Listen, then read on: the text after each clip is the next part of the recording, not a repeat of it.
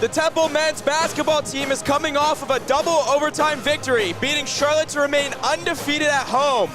Hello everyone, my name is Jake Holzhauer alongside Ben Lotman, and the Owls are looking to stay undefeated here at the Leah Center against the ECU Pirates. The last time these two teams faced off was January 8th when the Pirates won by just 1 point. Ben, what is going to be different for the Owls this time? Well, both these teams do have a lot of momentum coming in. East Carolina, winners of 3 in a row. And as you mentioned, Temple coming off that overtime victory in a game that many people thought they would dominate, but it was a close one, so they bring that momentum with them.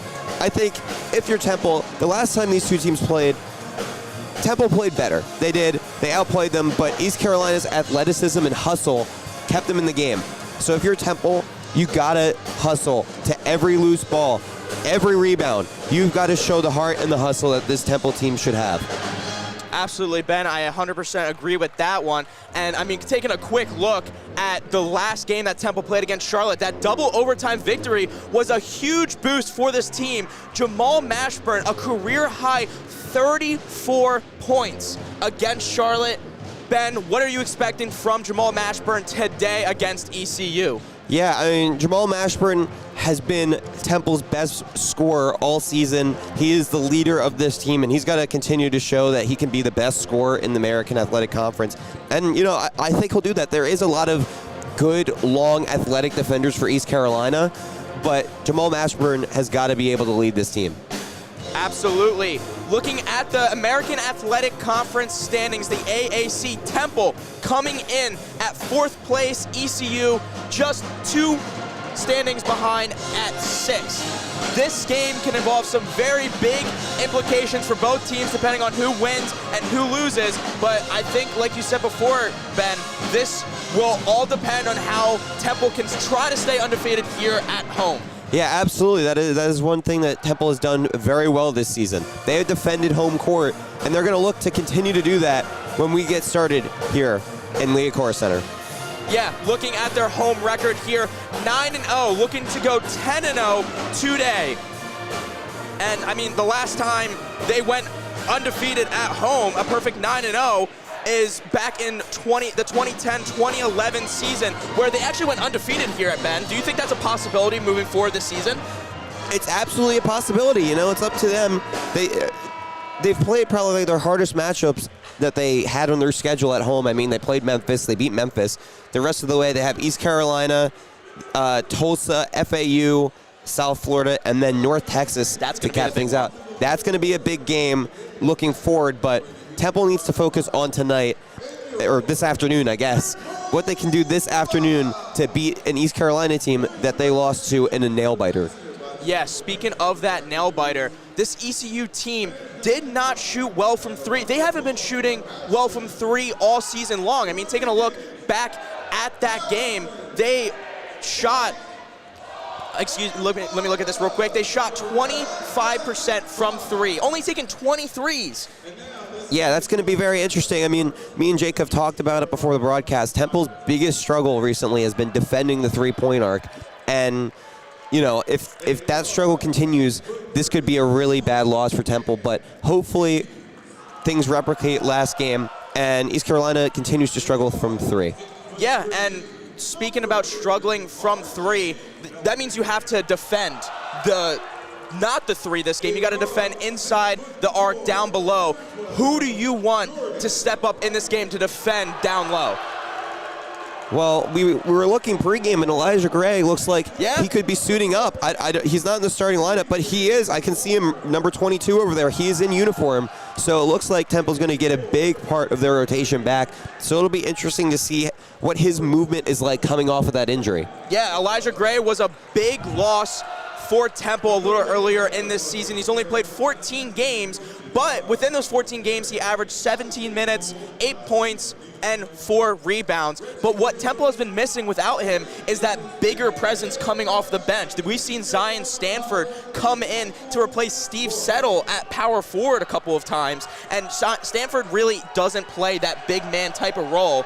But Elijah Gray does it very well, and he provides pretty good three-point shooting from the arc. What can Elijah Gray help the team with today? Yeah, I mean, like I said, the heart and the hustle. I think Elijah Gray brings that in spades. Sometimes a little too much. He's a very passionate player. You can see it by the way he plays, but I think sometimes a team like Temple, who's had a little bit of a struggle over their past 5 games, you need that edge sometimes. You need that edge, and I think he can bring that. Just hopefully he doesn't go over the top, get a tech or anything like that. Yeah, he probably will have a little bit of reduced minutes too. It would be his first game back if he is able to check into this game. You don't want to rush him back or anything.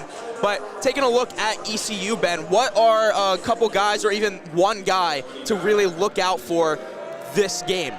Yeah, I mean, ECU, like I said, very long and athletic. Obviously, you got RJ Felton, who's their leader. But I look at former Temple Owl, Jordan Riley. I'm a big fan of revenge games. We've seen it a lot. There's a lot of transfers within the conference of the American Athletic. And I think his athleticism will be huge for East Carolina. Temple's got to defend that because a lot of athletic wings that Temple have gone against this season, they've struggled with.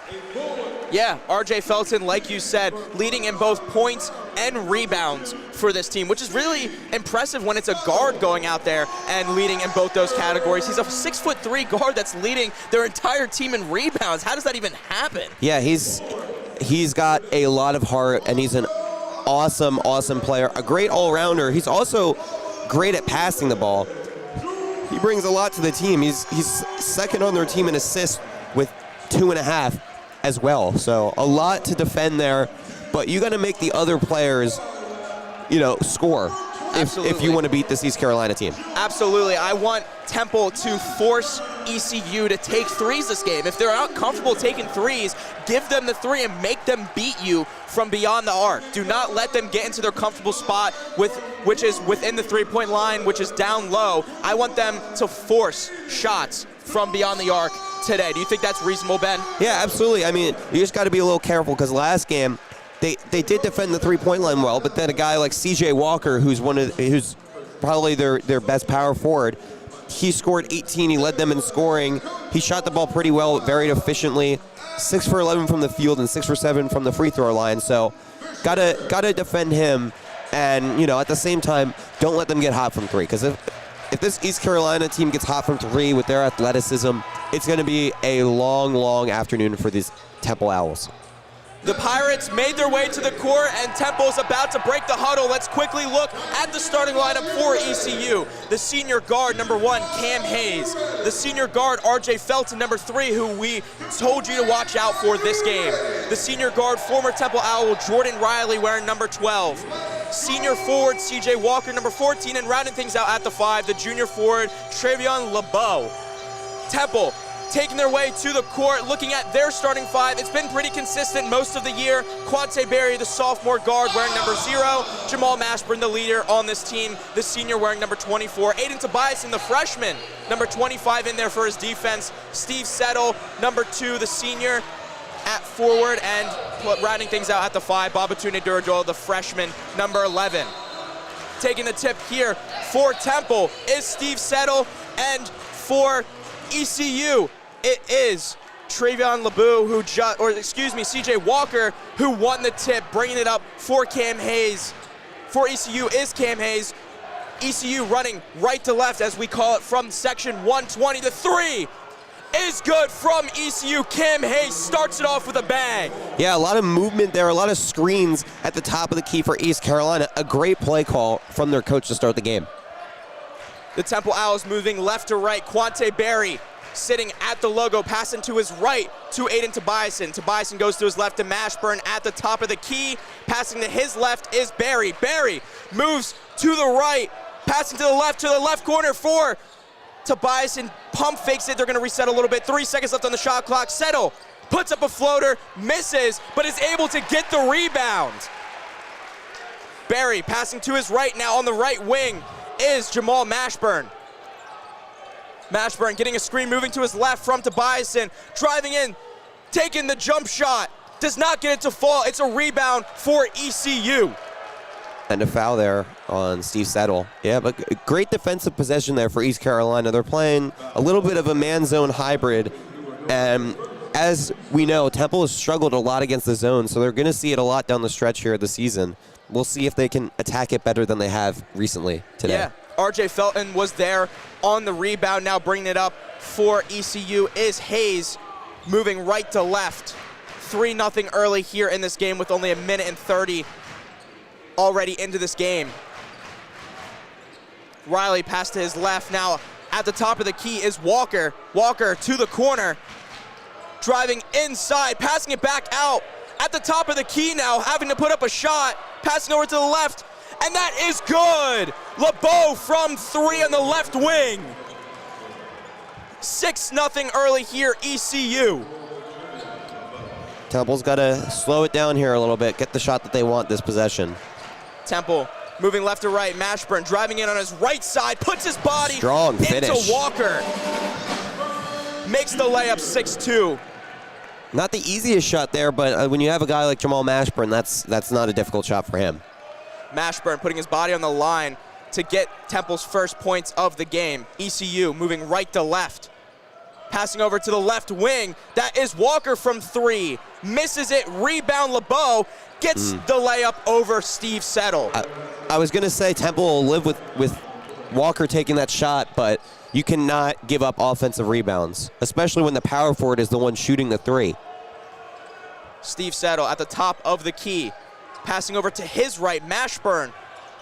Passing over to the left wing. Steve Settle for 3, misses it, and it's a rebound for Hayes. ECU running right to left real quick. Hayes, turnaround jump shot over Mashburn, comes up short, and Mashburn is there to get the rebound. Mashburn coming in, shooting from the free throw line, misses it, and Felton gets the rebound there. Great block there for East Carolina. They've had a very strong start on both ends of the court. Felton backing down Quante Berry, takes the jump shot over him and airballs that one. Quante Berry now moving left to right up the court. Bounce pass to Bison in the corner. Going to Duradola in the middle, and they're just gonna reset, passing it off to Mashburn. Mashburn moving to the right of the screen, gets the layup to fall. Jamal Mashburn makes it a 4-point game. It's 8-4 now, ECU. Yeah, I love that rejecting of the screen. That's such a hard play to defend with a guy as quick as Jamal Mashburn. This game has been very quick to start off so far, Ben. Yeah, absolutely. We're already 4 minutes in. There's been one whistle.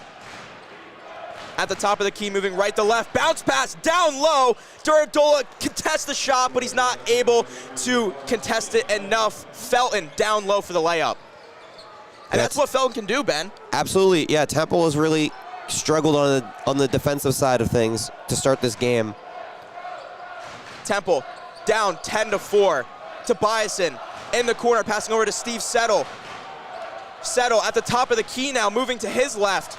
Switches up, going to the right, puts his body into LeBeau, and he's gonna miss the shot. And Felton with the rebound, pushing it up court. Felton over to Hayes, down low to Walker, who slams it down, and Coach Fisher's gonna take a timeout. Wow. East Carolina, if you're East Carolina, you could not have asked for a better start. 12-4 with 15 and a half remaining in this first half.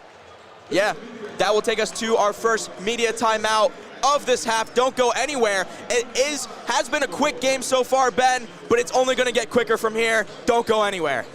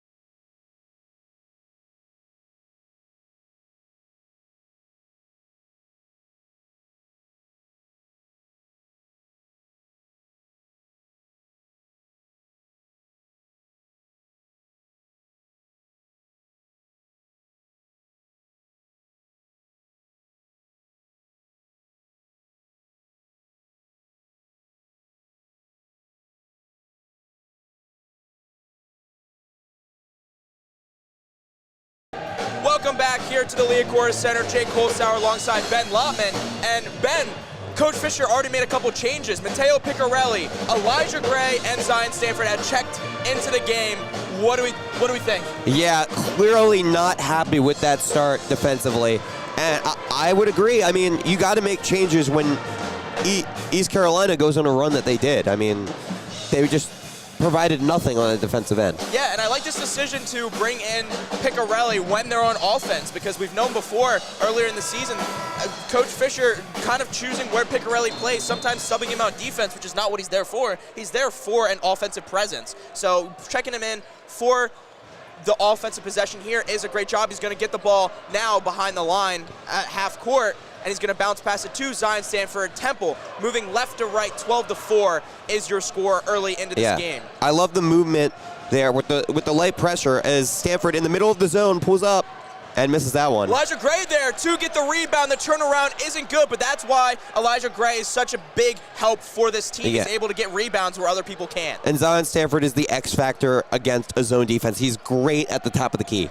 ECU moving right to left. Haynes backing down Mashburn. The jump shot from the free throw is no good. Mashburn gets the rebound, bringing up the court. Left to right goes Temple. Mashburn over to the right side of the wing. Elijah Gray now running into the paint. Bounce pass to Picarelli on the left wing is no good. A good look for Picarelli, but the shot coming up short. Yeah, great pass. ECU now quickly on offense, moving right to left. Riley, the former Owl, passing it down low, and Elijah Gray is there to block it, and it's a missed shot for Kaysen, who checked into the game. Quante Berry now bringing it up for Temple. Yeah, I mean, wide open layup. He got blocked, then missed a wide open layup, so. Picarelli just gives it off to Kaysen, who steals the ball, but Picarelli gets his get back. Zion Stanford now running into the paint, dishing it to Elijah Gray, who slams down the hammer.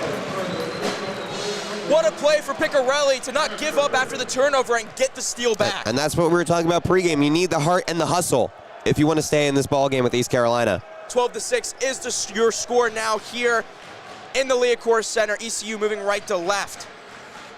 At the top of the key is Haynes passing to his right. Temple playing a matchup zone. And there is a big slam for Kaysen. Yeah, I don't like that defensively for Temple. They don't play a lot of zone. They're probably not used to playing it that often. And then right there, they just got a wide open dunk. Reed Kaysen, the 6'10" forward from Oklahoma Kingston. Zion Stanford driving into the lane, a Euro step, and gets the layup to fall. The traditional Euro step from Zion Stanford. Like I said, Zion Stanford against that zone is Temple's best asset offensively.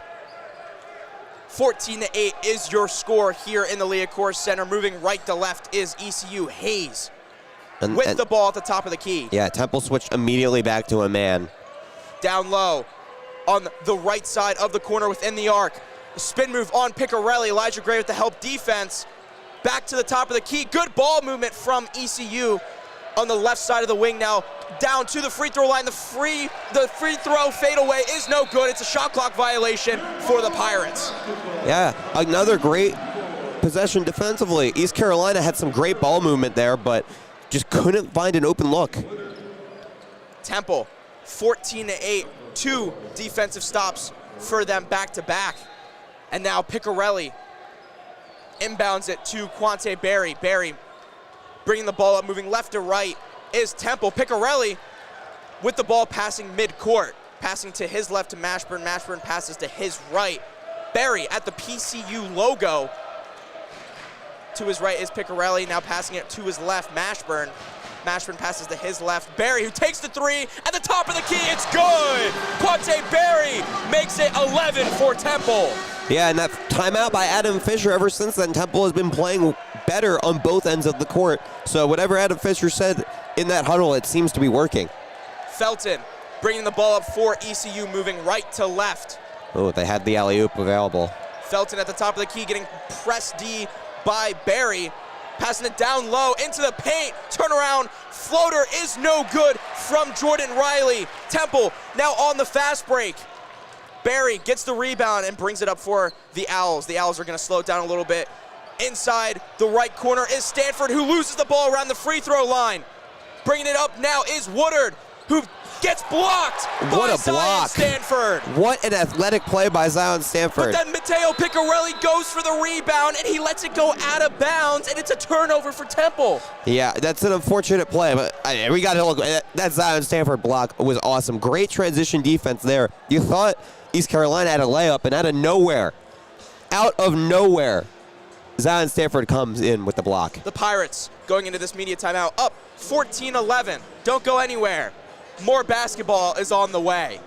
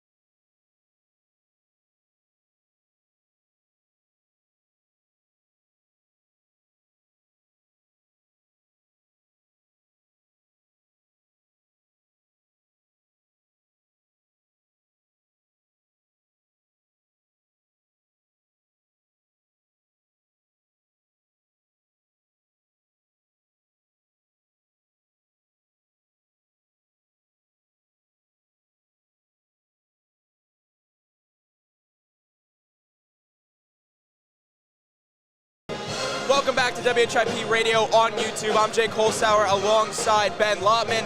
The Pirates are up 14-11 against Temple, but Ben, the Pirates are on a scoring drought within the last 2 minutes.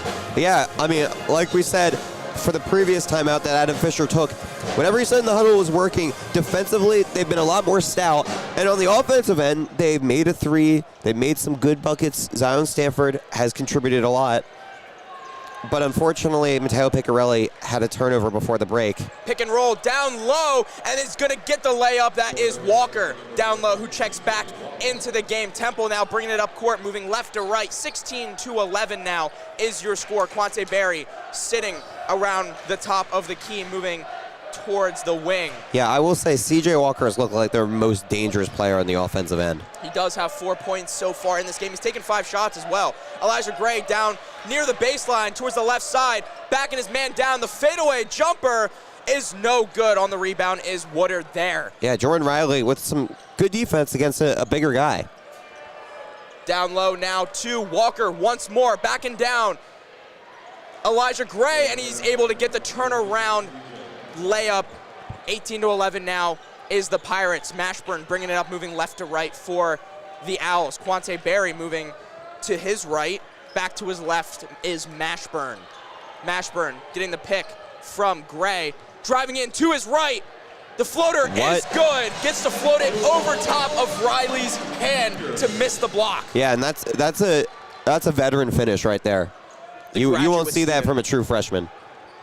Walker once more attacking Gray, gets him jumping, and puts in the layup after Gray missed the fake. Yeah, look, if I'm Temple here, I try and attack Walker and get him into some foul trouble because they have done nothing to stop him defensively this game. Mashburn at the top of the key, passing to his left to Stanford at the right wing. Stanford over to Barry, hands it off behind the back. Barry taking the screen from Gray. Gray at the top of the key now. Gray rushing in, turns the ball over. Farrell on the fast break, puts down the dunk, and now East Carolina is up 22-13.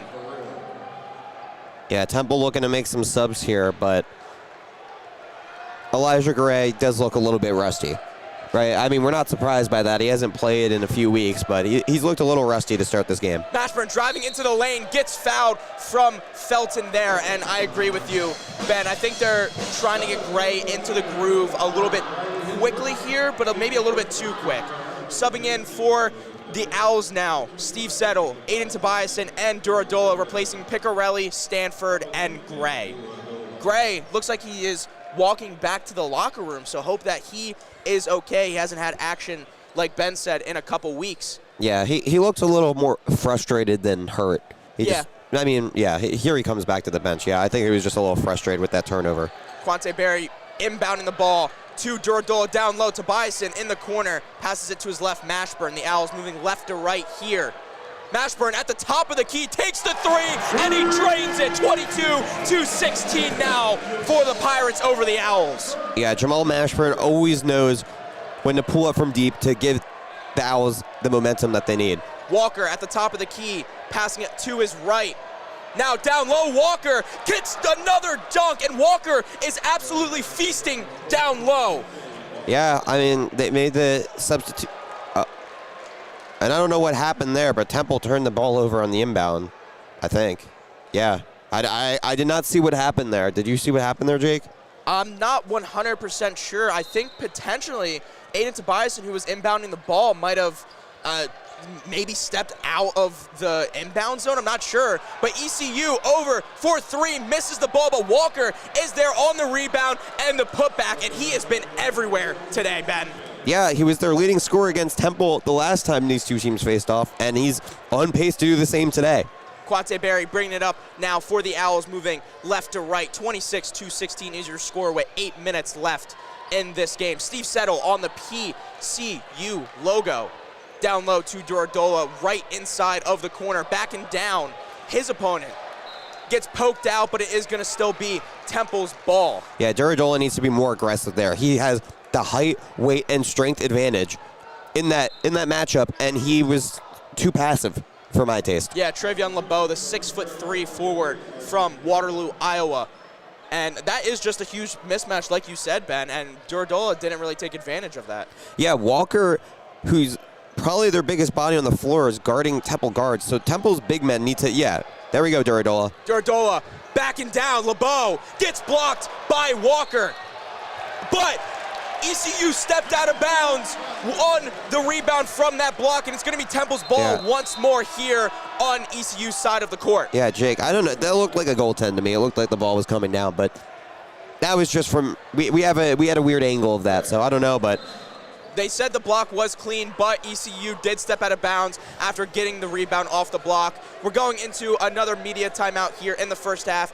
The East Carolina Pirates are up 26-16 over Temple, but stay tuned because this game is getting good.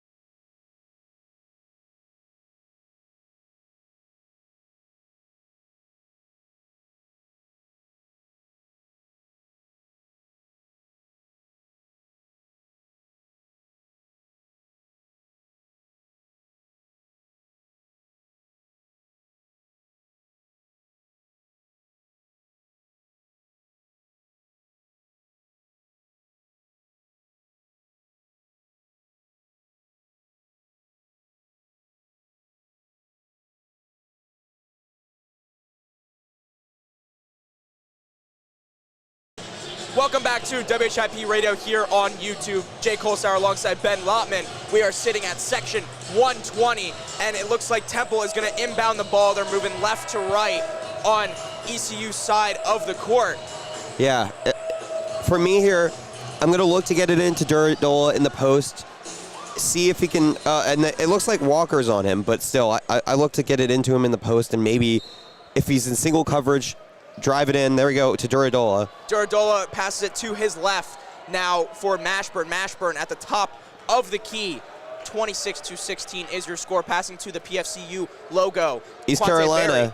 playing some zone defense here. Berry taking a free throw jump shot, and he gets it to fall. 26-18 now. Pirates over the Owls. Yeah, and that's huge. We'll see if East Carolina sticks with that zone defense, but that shot right there is one you need to make against the zone. Moving right to left now is the Pirates over to the left corner. Down low to Walker, who already has 12 points today, getting double teamed by Duradola and Berry.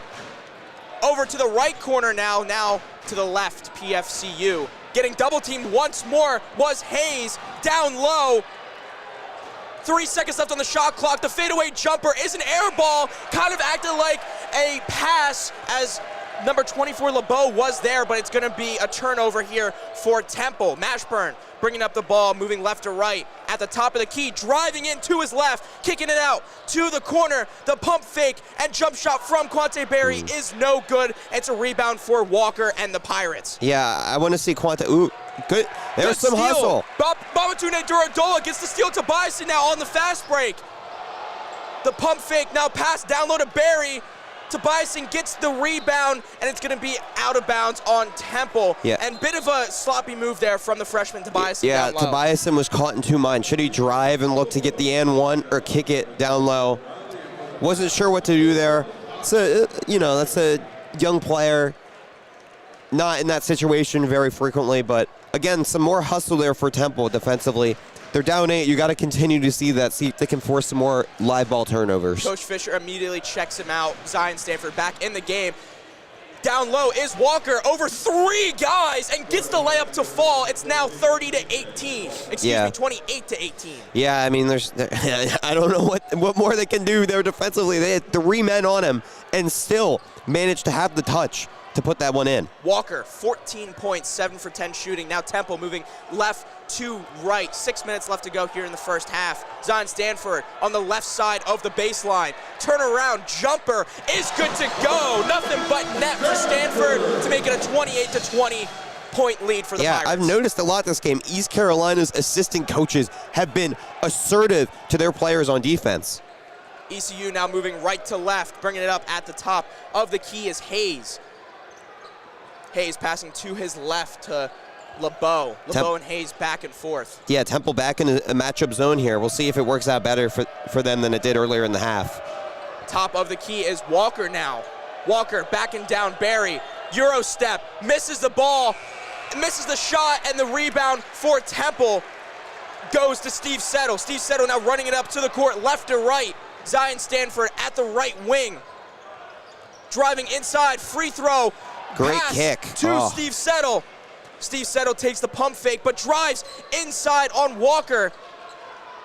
Passing to the right wing is Stanford. 28-20, Pirates over the Owls. Stanford going inside, working on his defender, is gonna fall, and ECU comes up with the ball. Now pushing it fast from right to left is Hayes to Walker, who sort of fumbles the ball a little bit. Top of the key now, Felton for the 3, misses. Steve Settle with the rebound. Yeah, if you're Stanford there on Temple's possession, you gotta calm it down a little bit. Mashburn driving from the top of the key to his right side, gets the layup to fall. 28-22, Pirates over the Owls now. Oh, and Walker is limping back to the bench. That would be a huge loss here for the ECU Pirates. Wow. As Walker shooting 7 for 11 from the field, 14 points already, and we're going to take another media timeout. But how much of a loss would that be if Walker isn't able to come back in this game, Ben? We hope he's okay. He looks a little bit shaken up. Talking to the trainer right now, but I mean, he has been their offense. He has been their offense, and Temple has tried to make adjustments. They've made a few, and it hasn't worked. He's been great for them so far this half. How many points does he have, Jake? He has 14 points, shooting 7 for 11 from the field. Yeah, I mean, 14, that's at 14 out of 28, that's half. That's half their points. That's some good math. 14 points within the 13 minutes that he's played. So he's been super efficient here in this one. Yeah, he's trying to stretch it out right now here during this timeout. Not in the huddle with the trainer. We'll see if he can continue here the rest of this game. Yeah, it looks like they are walking towards the locker room now. But 28-22 is your score. The Pirates leading by 6, going into yet another media timeout. Less than 5 minutes to go. Don't go anywhere. This game is shaping up to be a good one.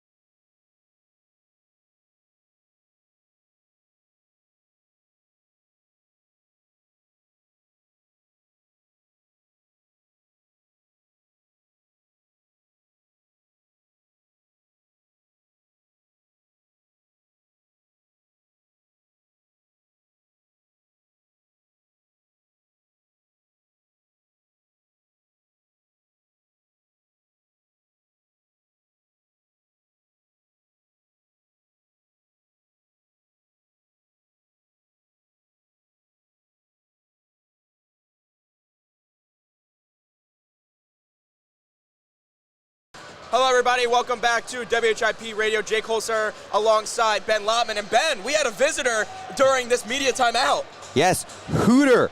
That's right, the big man himself came here. And you know what, Jake? He seemed pretty hyped for this Temple team. Down 6 right now. And unfortunately for East Carolina, Walker is still in the locker room after the timeout.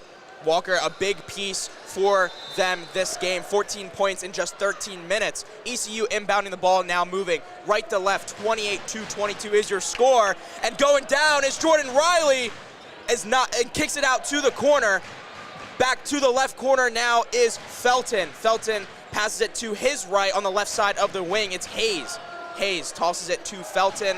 Felton to his right. At the top of the key is Riley. Felton back to the left. The baseline jumper is no good, and Barry is there for the rebound. Yeah, Elijah Gray back in for the Owls. We'll see if he can play a little bit better in this stretch. We saw him going into the locker room when he came off, but he's back out there now. Good signs for that. Yeah, I think that was more out of frustration. He just walked down the tunnel, but Mashburn has it top of the key here. Mashburn, top of the key, working on his defender. The tough free throw jump shot is no good, and on the rebound there is Felton.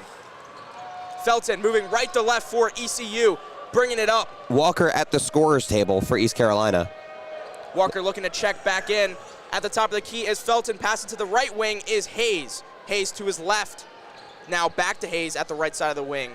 Standing on that PFCU logo. Over to his left to Hayes. Hayes takes the jump shot within the three-point line. Elijah Gray is there on the rebound. Yeah, a little bit of an offensive struggle for both teams the last 2 minutes of game time. We'll see if Jamal Mashburn and the Owls, as he pulls up from 3, and that one's no good. No good. ECU, 1 field goal out of the last 8. Now they're bringing it up the court, have possession here from right to left is Riley. Passing it to now the left wing, Hayes, 28-22. Pirates over the Owls on the right side of the wing. Poked away there from Settle.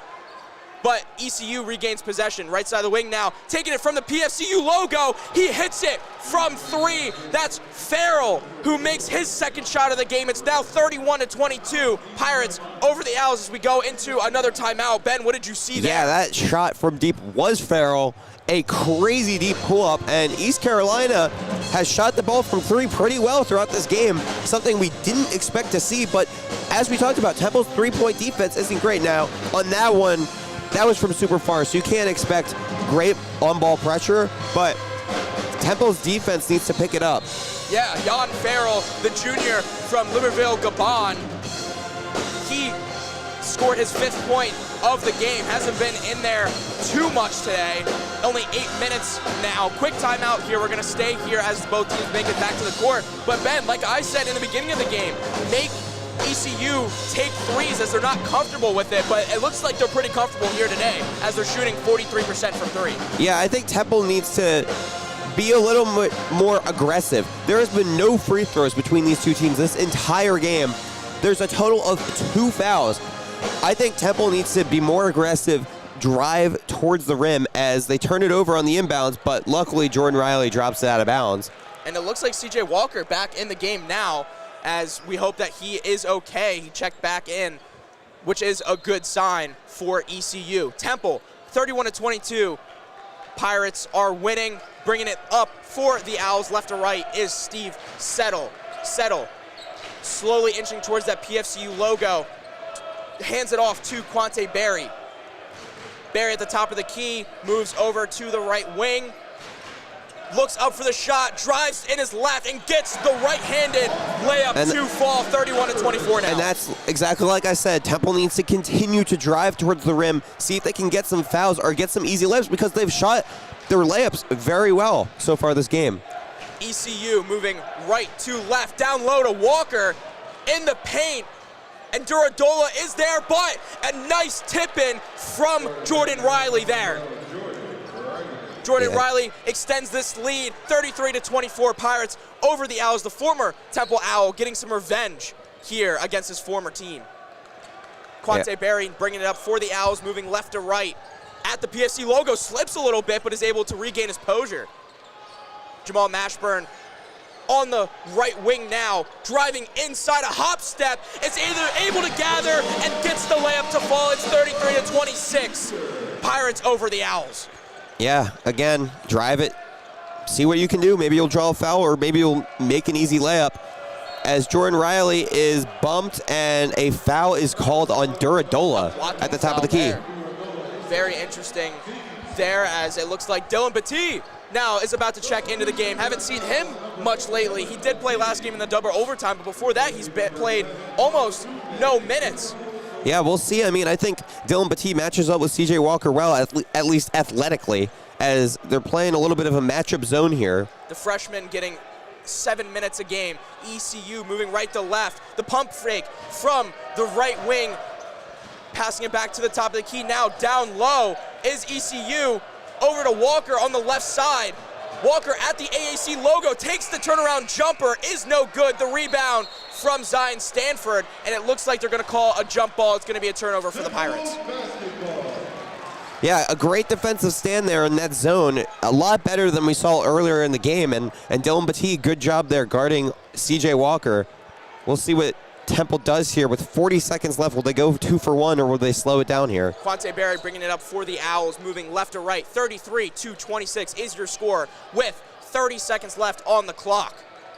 Steve Settle on the left wing, passing it back and forth. Left wing is open for Settle, is no good. And now with 25 seconds left on the clock, ECU bringing it up right to left.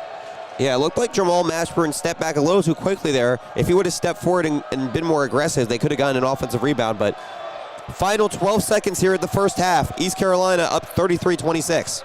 Moving right to left is East Carolina, and they're going to call a reach-in foul on Zion Stanford with 6.9 seconds left on the clock. Yeah, smart foul there. They have fouls to give, so very, very smart foul as Matteo Piccarelli. Checking in on defense is a very interesting decision here for Adam Fisher to bring in Matteo Piccarelli. But 33-26 here with a little under 7 seconds to go, 6.9 on the clock. No shot clock here, so you got to believe that ECU is going to hold for that final shot. Yeah, Inbounding it at the top of the key. Hayes moving to the left wing, takes it within the arc, is no good. Rebound for Settle, and he is not going to be able to put up a shot in time. The final score heading into the second half is 33-26 Pirates over the Owls. Ben, what have you seen so far this game from the Owls? Yeah, I think on the offensive end, so far so good. I mean, the first half of the first half wasn't that great, but I think in the second half you saw them look to be more aggressive, driving towards the basket, and they got some more open looks than they did in the first 10 minutes. Defensively, still some question marks. CJ Walker doesn't look fully like himself since going out with that injury. We'll see if he can make some adjustments to his physicality at halftime, but on the defensive side of things for Temple, they just got to slow him down and hope that East Carolina struggles from three, because they went 3 for 7 from the first half. If they do that in the second half, they're probably going to win the ball game. Yeah, I 100% agree. And East Carolina, I think the main reason they're really winning today is the ball movement when they have the ball on offense. They have 10 assists here in the first half compared to Temple's 1. So they're getting the ball all over to create these shots, mainly down low, but they're also winning in the three-point category as well. They're shooting 43% on 7 shots compared to Temple's 33% on 6 shots. What do you want to see from Temple moving into the second half? Yeah, I mean, I hate to repeat myself, but they just got to continue to drive, because everything they've done when they drive towards the basket, it seems like it's gone in. Jamal Mashburn has been excellent at finishing. Quante Berry, the same. Zion Stanford as well. Those 3 guys got to continue to be aggressive moving forward, and if they continue to be aggressive, they'll get some open looks from 3. 33-26 is your score heading into the second half. Don't go anywhere. Halftime is underway, but we will be back in just 15 minutes.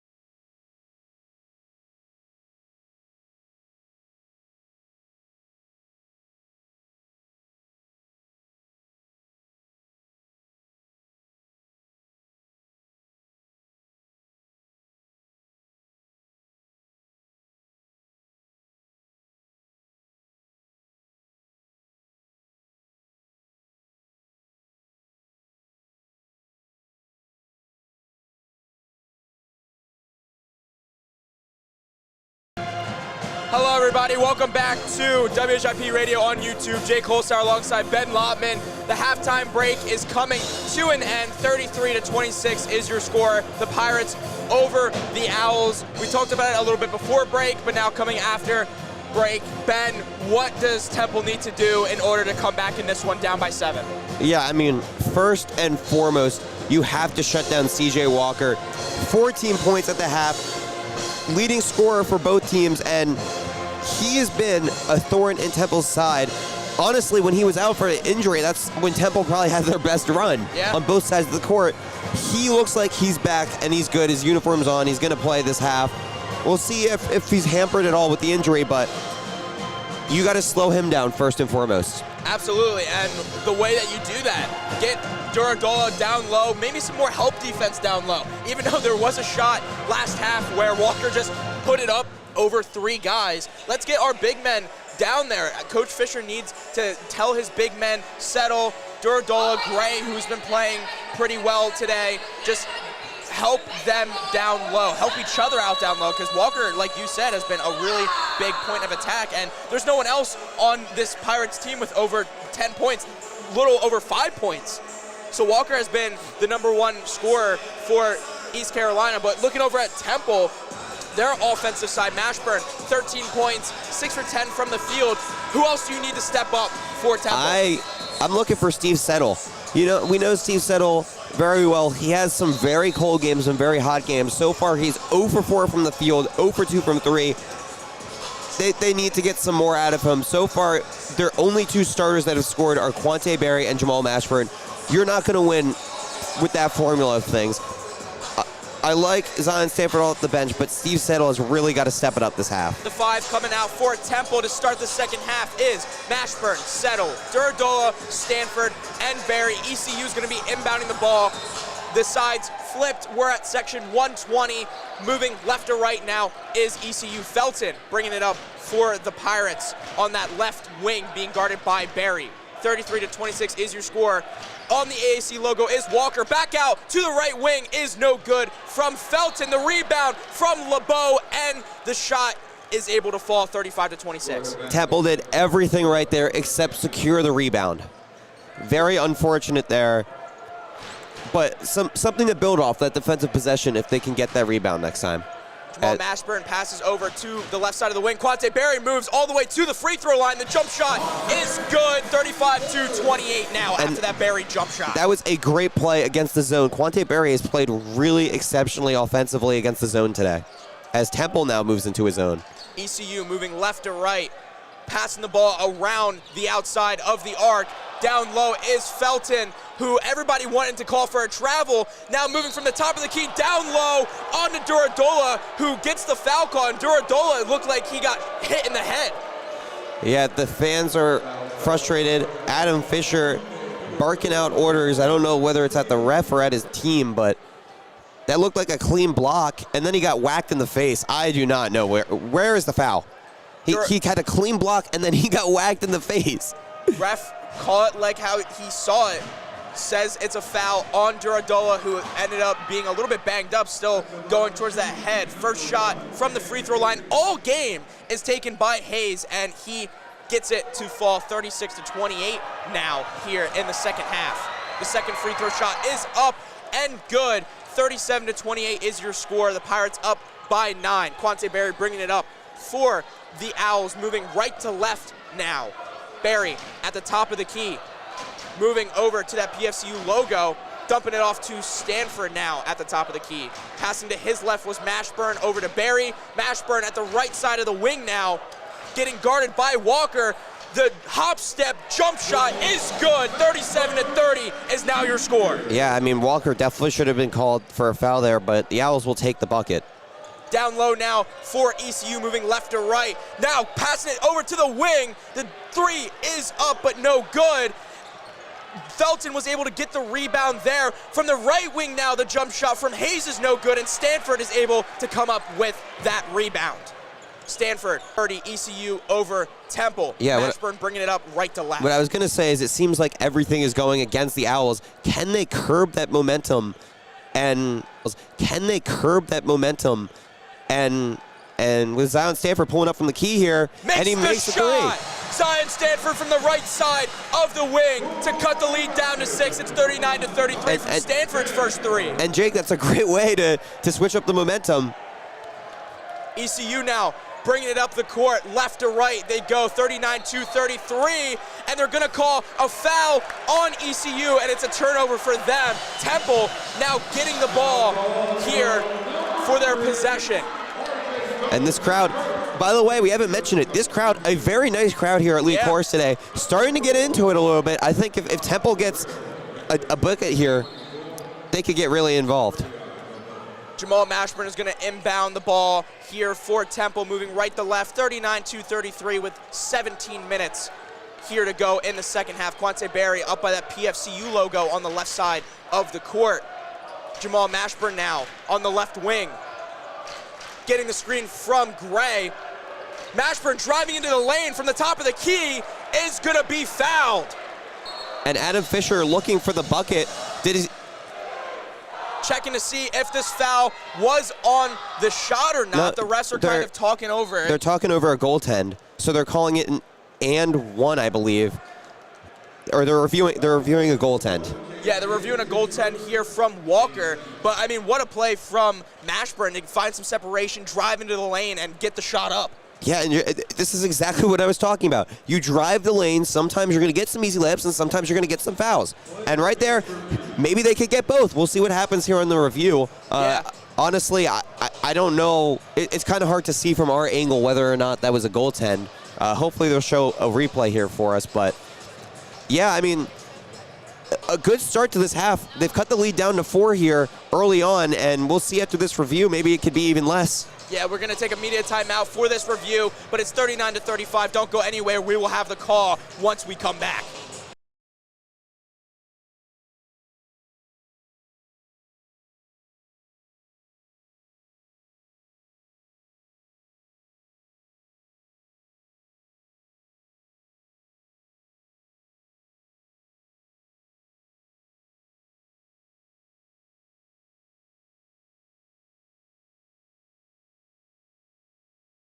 Welcome back to WHIP Radio on YouTube. Jay Colstar alongside Ben Lotman. And from that potential goaltend for Mashburn, they opt to call it a no-shot foul. So Mashburn's going to get 2 free throws here. The first one does fall 39-34 now here with 17 minutes left in the second half. Mashburn taking his first free throws of the day. The second free throw is up and no good. The rebound there from Walker. They're actually going to call a foul on Steve Settle for pushing Walker out of bounds. Yeah, and that was. I think that was a frustration foul for Steve Settle. 0 for 5 from the field this game. Just very frustrated with the way he's played. But Temple cut the lead down to 5. Let's see if they can do something here defensively. 39-34. The Pirates over the Owls. Moving left to right is the ECU Pirates. At the left wing is Farrell. At the top of the key now, Walker working on Gray. The stutter step, the drive, and the layup over Gray was just so smooth. 41-34 now. Pirates over Temple. I'll tell you what, I don't know what these officials decided to do at halftime, but there was plenty of plays like that in the first half where they didn't call a foul, so deciding to call a tighter half here, I guess. Yeah, the N1 for Walker, now a chance to make it a 3-point play over Gray. Walker, 16 points here in the game. 8 for 14 shooting. Chance to make a 3-point play is no good. Rebound by Berry, who they're going to say stepped out of bounds trying to recover the ball on the right side, right past the AAC logo, and it's going to be a turnover here for Temple. It's going to be ECU's ball. Yeah, I mean, a difficult play there. It hit the front rim, so bounced right back to the free throw shooter, and it was deflected, and now ECU has another possession. Unfortunate turn of events there for Temple. Inbounding the ball now is ECU. 41-34 is your score. At the top of the key now, Hayes. Over to the left wing, passing it all the way, getting it to the right corner. The step back 3 is pump faked. Walker down low, driving on the left side, gets it to fall. 43-34 now, Pirates over the Owls. Quante Berry brings it up, moving right to left, takes the three from the PFCU logo, and he hits it. 43-37 now for Temple. Over to the right corner now, and they're trading threes back to back. That was Jordan Riley, the former Temple Owl, making his team pay. 46-37 now. Yeah, I don't know if Temple wants to play this fast-paced back-and-forth game. Poked away from Mashburn, who was driving in on the right side, and Coach Fisher's going to take a timeout here. 46-37. Ben, what did you see from those 2 3-point plays from each team? Yeah, just not the style of game. I think if you're Temple, you want to play. They let them get the ball in too quickly, and they didn't set their defense quick enough for me there. That's something they're going to talk about here in this huddle. But so far, a solid start to the half. Again, I mean, it's hard because when you have a guy like C.J. Walker playing as well as he has this game, there's not really much they can do. I mean, unless they want to double him and give up some wide open threes to some other guys, you can't leave him in single coverage. They've left him in single coverage. He's proven he can beat anybody that Temple throws at him in single coverage. And it seems like Coach Fisher is relying heavily on Elijah Gray coming back for this one to guard Walker. And so far, it hasn't looked pretty. Yeah, I mean, Duradola is in foul trouble, so that is part of it. Duradola already has 4 fouls. So when does he choose to throw him back in? He's probably going to foul out if you put him back in. So how long is he going to keep him out for? I don't know. It's hard, and nobody for East Carolina is in foul trouble. So, again, like I've been saying, I feel like Temple's got to be more assertive. With the way the officials have called this game in the second half, we'll see. Yeah. We will see. Yeah, East Carolina up 46-37. We're going to take another media timeout, but don't go anywhere because this one is shaping up to get pretty close towards the end.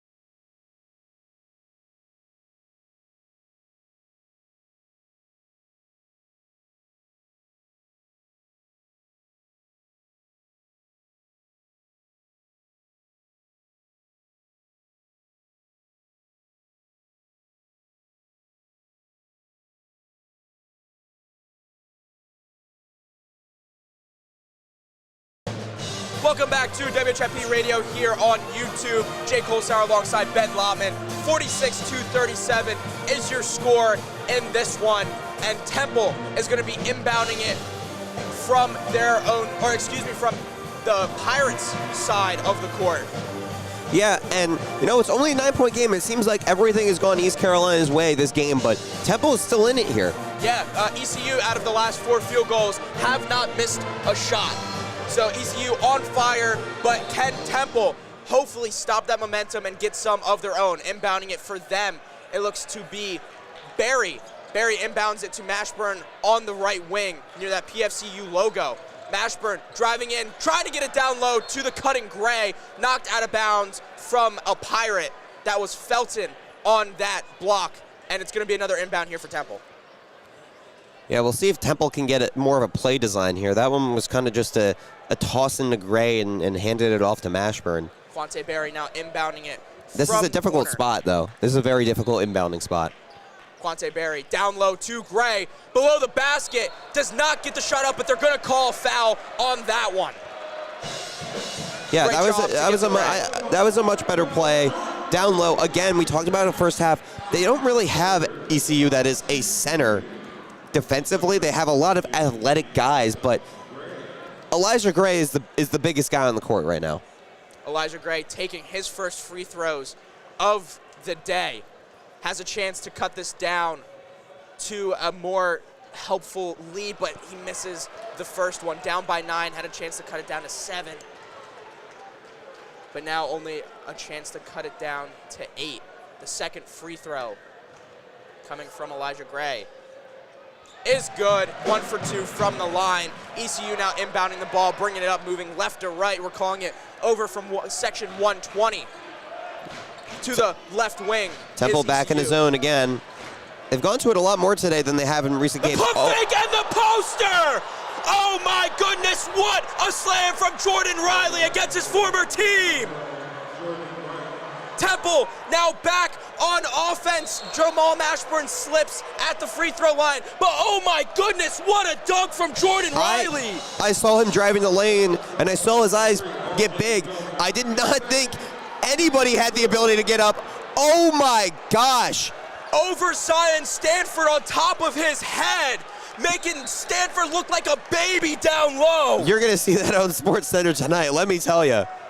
The inbound now for the Owls, moving right to left. Jamal Mashburn at the top of the key, driving down low, and it's going to be a reach-in foul here for the Pirates. And it looks like Jamal Mashburn kind of just put his head down and wanted to forget about that last play. Zion Stanford, man, if anything can wake you up, getting yammed on can. Absolutely. It looks like they're going to call the foul on the shot. So Jamal Mashburn stepping up to the line for the second free throw of the day. Mashburn, his first free throw is good, cutting this lead back down to 9. 48-39 is your score. But man, Jordan Riley got up there. Yeah, I mean, if you're Temple defensively, from a coaching perspective, you can't let that discredit the zone. I mean, there's very few athletes in college basketball that can make that type of play. Bringing it up the court now for the Pirates, going all the way over. They're going to call a foul on, I believe, Zion Stanford, as Felton passed it all the way to the other side of the court to Riley. Yeah, I mean, that's a difficult one. Riley jumped up in the air and kind of flopped down, but you know, he didn't give him a big enough spot to land, so. Seems like Temple broke out the full court press there. And just let Riley wide open on the other side of the court. Yeah, I like it. I mean, he wasn't wide open, but I do like it there, you know, take some time off the clock. ECU now inbounding it from the PFCU logo. Down low at the free throw line is Riley, puts the layup after falling to the ground, gets the rebound after being on the ground, and it's going to be a reset here for ECU. I do not know how that was not a travel. On the left wing is Farrell. Farrell back to the top of the key, passing to his left is Hayes. Hayes gets the ball back here at the top of the key. Moving to his left, drops the dribble a little bit, doesn't find anyone, puts the shot up, and gets it to fall. It's 50-40 now, ECU over Temple. That was horrible defense. Had him trapped, could not dribble, could not find a passer, and then the Temple defender just sagged off and gave him a wide open mid-ranger. Jamal Mashburn bringing it up for Temple, moving right to left. 50-40 is your score now. Elijah Gray from the wing misses the three. It's going to be a rebound for ECU. Yeah, Temple needs to call a timeout here. They're losing their heads a little bit. ECU moving left to right now. Farrell on the left wing, passing to his left to the top of the key. Now at the top of the key, Hayes just looking, setting a play. Walker coming over for the screen, moving to the left of Walker. Good steal from Steve Settle as they were trying to get it to the corner of the fast break. Elijah Gray to the left, puts it up, and it's going to be a goaltend here for the ECU Pirates. 50-42 now is the lead. And I believe they also called a foul on that one. Checking to see what the refs do, but what a play from Steve Settle to cut off the passing lanes, get it to Elijah Gray, and Elijah Gray was able to put it up, and it looks like they did call a foul on the goaltend. That's the second goaltend of the day for ECU, and Gray now has a chance for a three-point lead. Good play by Gray there, but he should not be shooting the three on that last possession. That is not a smart shot in this situation. Maybe if you're winning, okay, try it out, but that is not the shot you want if you're Coach Adam Fisher for these Owls. Elijah Gray's first game back, 5 points, shooting 2 for 5 from the field. His second set of free throws is good. 50-43 is now your score as he checks immediately out of the game. And I will add, CJ Walker has not been that productive so far this half. Knowing I said that, he's probably about to score here. CJ Walker down low, a foul called, but Ben, you almost got the commentator jinx there. Yeah, I don't know why I brought that up, but you know, I had to let our listeners know that Temple has been a lot better defensively this half. But man, you say that, but last 6 of 7 field goals, ECU has gotten a fall. At the top of the free throw line now, over to the left wing, the shot from Hayes, the turnaround three-pointer is no good. Steve Settle just lets it roll out of bounds, and it's going to be a turnover here for ECU. When I say that, obviously they've scored the buckets, but against C.J. Walker, they've been better, and they've had a lot more tougher shots. It's just they've managed to make a lot of them. Quante Berry bringing it up here for Temple, moving right to left. 50-43 is your score here. Berry over to the right wing to Tobiasen. Tobiasen down low at the free throw line is Stanford, and he hits it. That's his money shot right there. Yeah, I mean, Jake, I've said it multiple times. Against the zone, you have to get it to Stanford. He's so excellent in the mid-range and dribbling in that high post. Down to the free throw line is LeBeau, passing it to the top of the key, setting a screen for Hayes, gets the layup, not to fall, but the tip in from Woodard. What a great job from Woodard to stay in that play and get it to tip in. 52-45 now. Yeah, great athleticism. I mean, what else can you say? Everybody on this ECU team is a super athletic player. Jamal Mashburn passing to the left wing to Tobiasen. Tobiasen misses the wide open man in the corner, passing it down to the free throw line. Stanford, another fadeaway jumper, gets it to fall. 52-47 now. ECU now bringing it up the court, moving left to right. 52-47 after that jump shot from Zion Stanford, but they're going to call a foul on Steve Settle, who looks very, very upset after that call. The entire arena is letting the fans know it, and Coach Adam Fisher is also yelling at the refs. Yeah, I mean, it looked like Settle got the ball. I mean, he went through the man a little bit, but it kind of just seemed to me like that was some physical defense. That foul on C.J. Walker. And if they're gonna call that a foul, it is gonna be impossible to defend C.J. Walker, because any form of physicality, if they call that a foul, I mean, that's really difficult there for Temple defensively, but they're gonna have to adjust. First free throw is good for Walker, making his total to 19 points now. It's 53-47, has a chance to add one more to ECU's total. The shot from Walker is no good, but it's going to be a rebound for ECU. That's fight a walk for the ball. Nope, okay. And but a turnover from ECU as they trapped him in the corner and couldn't get a pass That was off. a carbon copy of his last 2 free throws. Missed it off the front rim, got the offensive rebound, but Temple got it back. Elijah Gray trying to get into the lane, and he's going to drop the ball, but there was a foul called on Woodard. Temple lucky that was a foul, I would think. Yeah, Adam Fisher is like, what is going on with these officials? That's basically, I'm lip reading. He's like, what is going on here? You can lip read from this far? I can see it on the replay. Okay. But okay. I don't know if that's exactly what he said, but yeah, I mean, it seems like they're losing a little bit of control of this game. I'm kind of nervous we're going to see a tech at some point down the stretch here, because it doesn't really seem like the players know what is and is not a foul. As Gray's first free throw. Lucky bounce there. Lucky bounce, gets it to fall.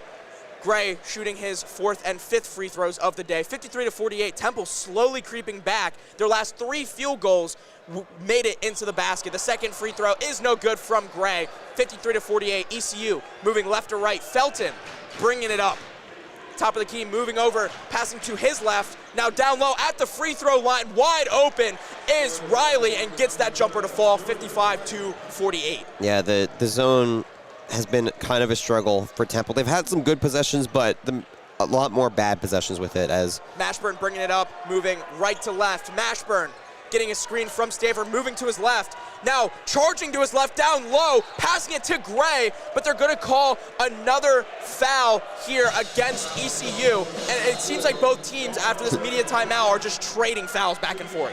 In the first half, we had a total of 4 fouls. Right now, there is a total of 15 fouls this half. Wow.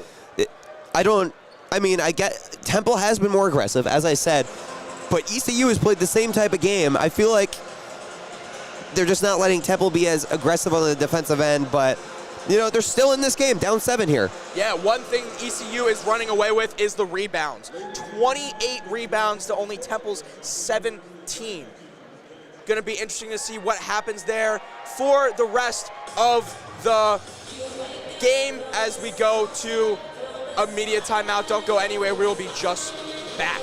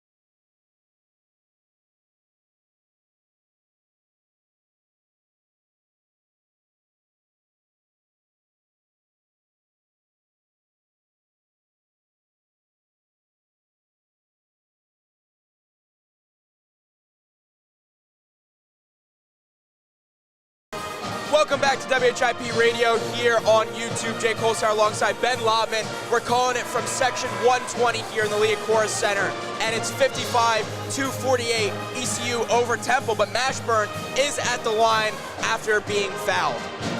Yeah, Jake, I mean, we talked about it going into break. Down 7, it feels like they're down 20, doesn't it? Doesn't it feel like they're down 20? I mean, I would have to disagree. I feel like this game has been pretty back and forth as Mashburn hits that first free throw. Yeah, but I'm saying in terms of, it feels like everything that could have gone right for East Carolina has.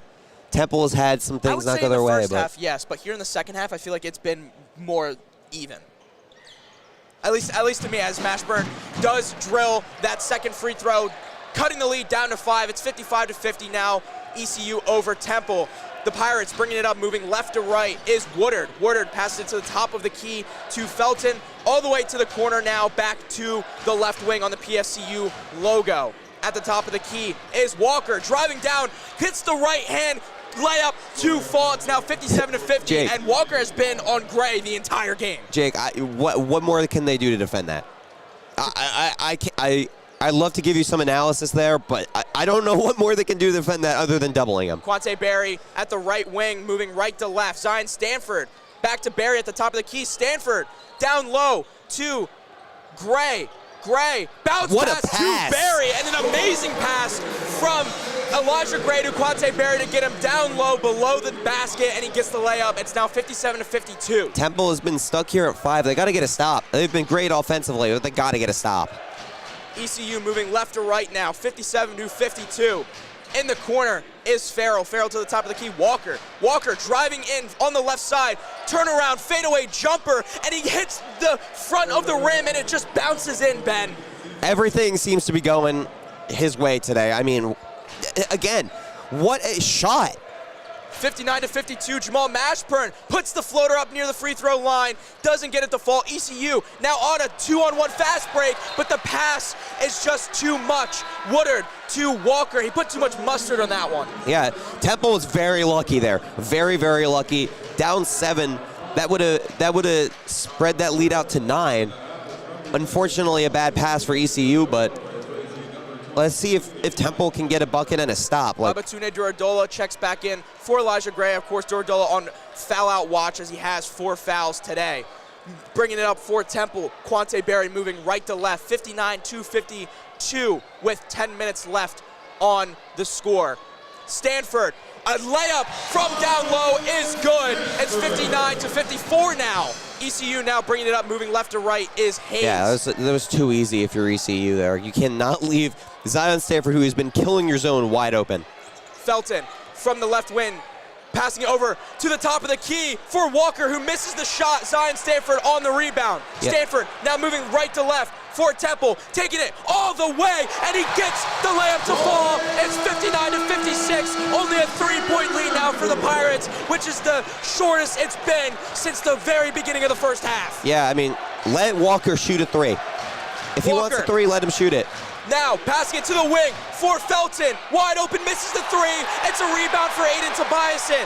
Mashburn all the way down to the other side of the court to Barry. Barry ends up turning the ball over. But what great rebounding there from Temple. The crowd is bubbling. You can feel them ready to explode if Temple ties up this ball game or takes the lead down the stretcher. A great crowd, and I hope that this crowd can get involved down the stretch. ECU now bringing it up, moving left to right, at the free throw line, back to the top of the key. The right wing now back to the top of the key. The left wing, Felton. Felton working on Mashburn down to the left side of the baseline, and they're going to call a foul on Jamal Mashburn. A reach-in foul there for Jamal Mashburn, 59-56, and that's going to send Felton to the line, where Felton, coming in averaging 17 points a game, has only been held to 2 points so far. Yeah, I mean, I think part of that is just usually the offense runs through him, but today, I mean, CJ Walker has 23 points, has been pretty much unstoppable. Felton, the first free throw, no good. Quante Berry taking it up now with that rebound. Moving right to left is Temple. Stanford from the right wing is no good. Babatunde Duradola can't get the rebound. ECU now moving left to right, and they're just going to reset the play a little bit. Hayes tells everyone to calm down. Moving to the left side, to the top of the key now is Walker. Walker, Babatunde Duradola on defense. The steal from Zion Stanford. He's going to take it all the way to the other side, puts up the layup, and it's a one-point game. 59-58. ECU over Temple. And Zion Stanford is having one of the better halves of his Temple career right now. Zion Stanford now 17 points, 8 for 10 shooting, and ECU has not scored within the last 2 minutes and 15 seconds. And here comes the crowd. ECU moving left to right, 59-58. Over to the left corner is Riley. And Duradola is gone. Duradola just fouled out of the game. It's going to be a loose ball foul on Walker, as he was just trying to post up Walker, and he just ends up pushing him to the ground. There is a media timeout, but Ben, it's only a 1-point lead now for Temple over, or excuse me, a 1-point lead for ECU over Temple. Yeah, I mean, Quante Berry talking there to Duradola, probably just telling him, hey man, we're on this run. They're in the bonus already. You got to be more careful than that. He kind of got baited into that foul. He's trying to play a physical game. He was right up in on him, and you know, a good play from Walker there, just baiting him to foul out. We'll see how that affects the rotations here down the stretch, but Temple pulling it closer. 1-point game here. 8 minutes left. Absolutely. 1-point game, 59-58. Don't go anywhere. This will be one of our final media timeouts of the game. It's getting good. Stay with us here after the media timeout.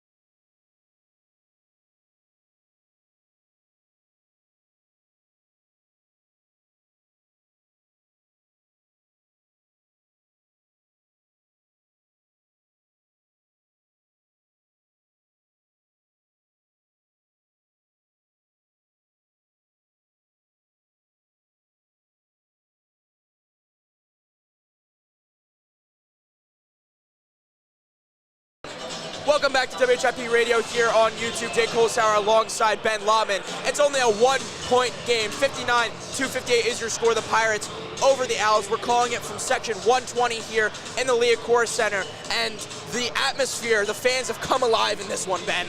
Yeah, absolutely. They're going to be a part of this game. CJ Walker here at the free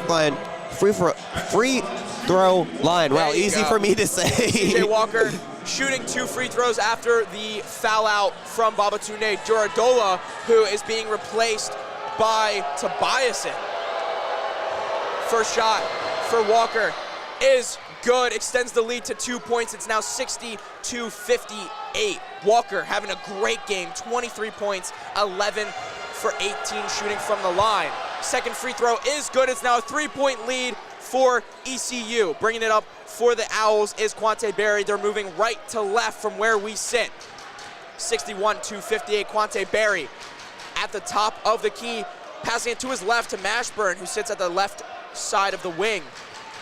Mashburn driving in from the top of the key, gets it to fall over Walker, 61-60. It's another 1-point lead only for the Pirates. Here we go, some more zone for Temple. Let's see if it can work out better for them than it has most of this game. Hayes at the top of the key. ECU moving left to right. Sitting at the free throw line is Riley. Riley moving back to the top of the key now, passing to his right. Riley passing to his left now. Riley at the top of the key still, passes it down low to Walker. Tobiasen on Walker down low. The fadeaway floater is good, and they're gonna call the foul and one. It's 63-60 with a chance to extend it even more. Yeah, I mean, did not really see the foul there. Again, I'm not really liking the way the officials are calling the second half, but... What do you think of the decision from Coach Fisher to put Tobiasen here on Walker in such crucial minutes in the game? I mean, I think, honestly, he's been one of the better guys defending him. I think that was, again, good defense. I don't think that was a foul. I thought that was great defense. He made a difficult shot. Honestly, Jake, I don't know how much it matters who is on him. He's been exceptional. Is good. 64-60 now, ECU over Temple. Barry bringing it up, right to left they go. Barry driving in from the top of the key, gets the layup to not fall, but he gets to draw the foul. Has a chance to make it a 2-point game. Excuse me, it was another goaltend here for ECU. That's their third one of the game. This is so interesting. They're so athletic. They keep blocking it too late. Yeah, it's very interesting, and I've really never seen this many goaltends back to back to back with so many fouls. Every goaltend has had a foul to go along with it. That was most certainly. I'm pretty confident that was a goaltend. Again, I'm going to say it for both teams. I did not see a foul there. That looked like clean defense. I really wish these officials would let them play more, but if I guess they're being consistent, at least. You know, I don't know, but we'll see what they call here. That was on the basket far away from us, but that looked like a pretty clear goaltend to me. So we'll see what they call here. Yeah, we'll see if they're going to stand with the call, if they're going to call it a foul. They changed one goaltend from Mashburn earlier in this game to be just a foul, no shot, to give him 2 free throws. So we'll definitely see what the refs are coming to a decision here at the table. But 64-62, and it's going to be an interesting rest of the game here for Coach Fisher, as Babatunde Duradola has fouled out in this game. And Ben, we were talking about it before the last time out. What is the 5 you want out on the court with Duradola now no longer in this game? Yeah, I mean, I like the 5 that they had, as the crowd is booing. I don't know why, but I like the 5 that they have. You have Tobiasen, Barry, Mashburn, Gray, and Stanford. Unfortunately, Steve Settle has just not had a great game. But, I mean, we'll see. I'm sure he'll get some time here down the stretch. Yeah, waiting for the official call on this shot, and they're going to say no goaltend, but it was a foul. So once again, they switch over a goaltend to just being a normal foul call. Quante Berry is going to shoot 2 at the line. This is going to be his first free throws of the day. He has 16 points on the day already and can have a chance to extend that here. First free throws up and good. Cuts it down to a 3-point lead, 64-61 now. Jake, it is so interesting. He's had such a quiet, at least to me, a quiet 17, potentially 18 points here. Yeah, excuse me. He does go down to 15 because they cut those 2 points off the board. Now he's at 16 points, Ben. So ECU with less than 7 minutes to go, up by 2 points, 64-62, moving from the left to the right. Over on the right wing, passing to the top key, it's Walker. Walker passing to the left wing. Riley moving over, passing it to his left to the other side of the wing. Elijah Gray on defense on Woodard. Woodard drives around him and gets the layup to fall, extending this lead to 4 points for ECU. Moving right to left now is Mashburn for the Owls, 66-62. Quante Berry on the left wing. Elijah Gray screening his left side. Walker now playing defense near that AAC logo. Berry driving in on his left side, passes it to Stanford at the free throw line. Stanford, the fadeaway jumper is no good. A rebound from Walker. Good defense there from Woodard. Woodard now at the PFCU logo, passing it to the top of the key to Felton. Felton held to just 2 points today. Standing by that left wing. Calling a screen from Walker on his left side. Walker now driving into the lane, putting his body into Elijah Gray. The turnaround fadeaway jumper is good, and he extends this lead to 6 points. Zion Stanford now bringing it up here for the Owls, moving right to left, 68-62. Jamal Mashburn on that left wing. Driving down from the top of the key, puts the floater up, and they're gonna call, I believe, a foul here on Jamal Mashburn, and that's gonna give him 2 free throws at the line. Did you see a foul there, Ben? I did. He extended his arm out at the end of the play. That one, I like that call there. He had gotten past Walker, and Walker extended his arm and pushed him to the ground there. But Mashburn stepping up to the line, down by 6. The first free throw is up, and it's no good. 68-62 remains your score. Mashburn, 8 from 13 from the field, 22 points today. Steve Settle coming in for Elijah Gray now. Mashburn shooting his second free throw. And it falls, cutting this lead down to 5, 68-63. ECU moving from left to right, passing all the way to the other side of the court to Riley. Quante Berry, very tight defense, pokes the ball away, but ECU's there to recover. Over on the right wing now is Hayes. Hayes at the top of the key, being guarded by Tobiasen. Hayes directing traffic, passing to his left to LeBeau. LeBeau down, and another poster for Riley. His second of the game, making his former team regret ever making him leave. 70-63 now for ECU over Temple. Mashburn bringing it up for the Owls, moving right to left. 70-63, down by 7. At the top of the key is Mashburn. Over to the left wing. Over to the left corner. Steve Settle from 3. There he is. His very first shot of the game to cut the lead down to 4 as there's a timeout after that play. yeah, he really needed that one. He's been struggling all game, and I said it at halftime when we were coming back. He needs to step it up, and that shot is one he's going to have to make down the stretch if Temple want to win this game. Only down 4 now, under 5 minutes left. Absolutely, and the game it seems like it's pretty much a brand new game as they're kind of going back and forth. ECU, 4 of the 4 last field goals able to fall. Temple, 5 of the last 7. 70-66 is your score. Don't go anywhere. It's going to be a close finish. Stay tuned after this timeout.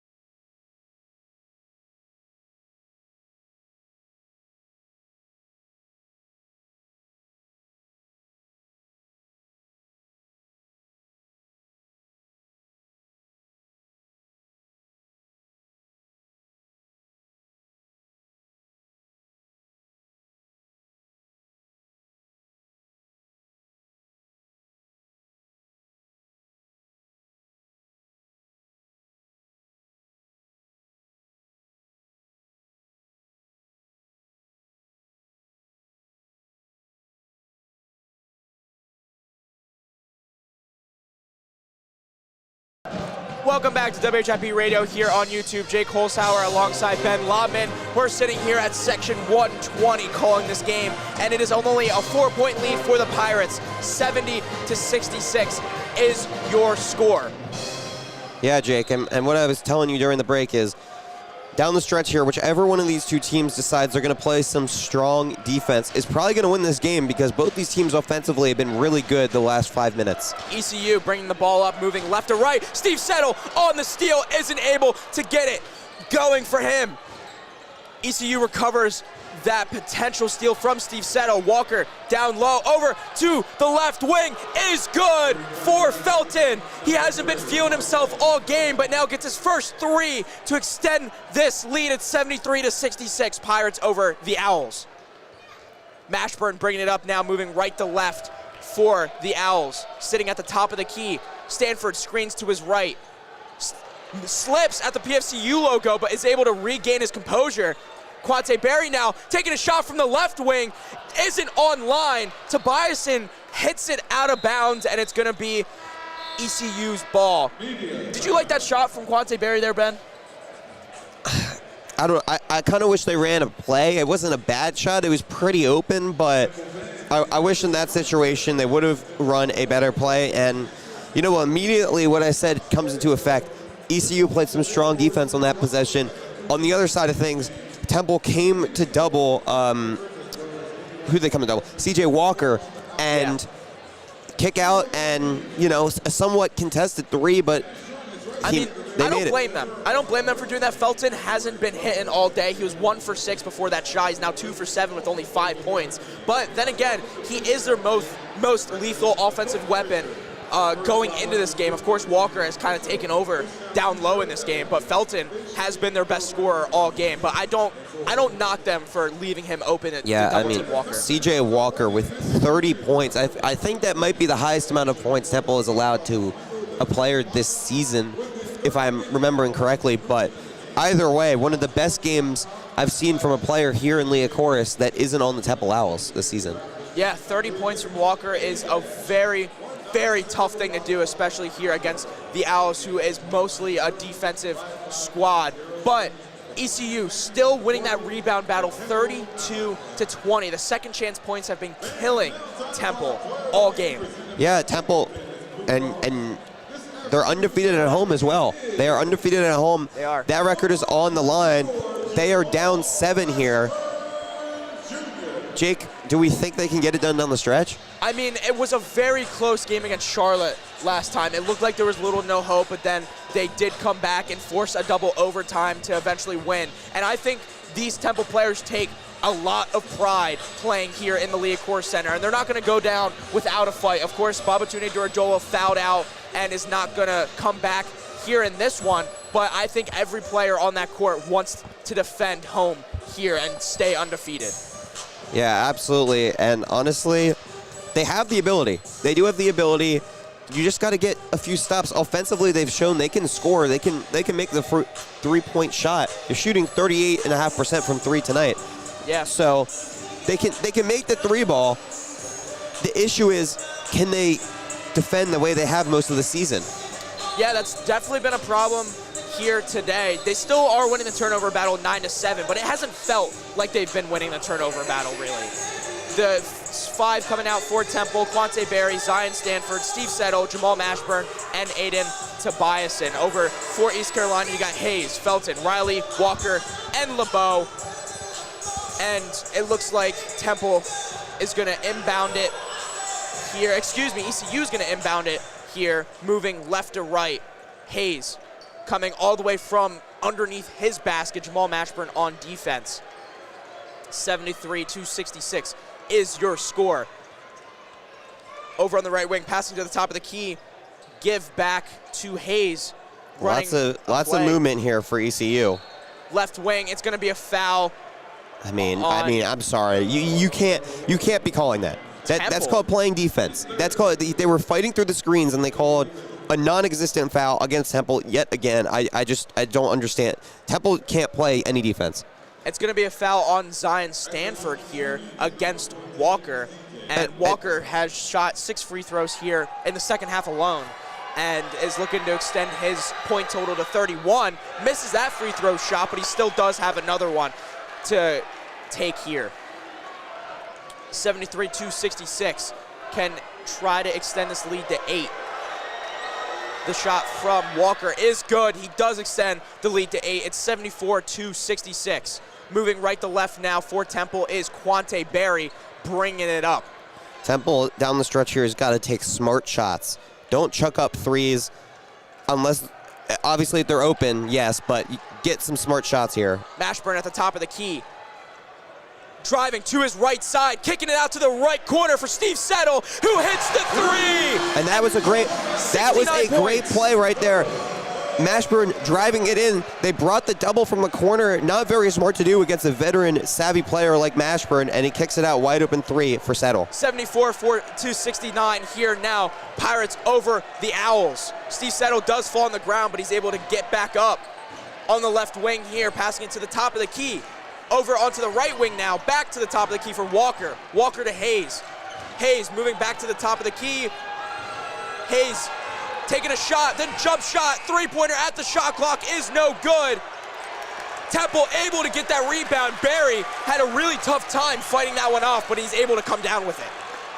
Here we go, the crowd getting into it. Temple down 5 here. 74-69, Temple moving right to left. Quante Berry at the top of the key, driving in against Walker on the right side, kicking it out to nobody, but they're going to call a foul on CJ Walker.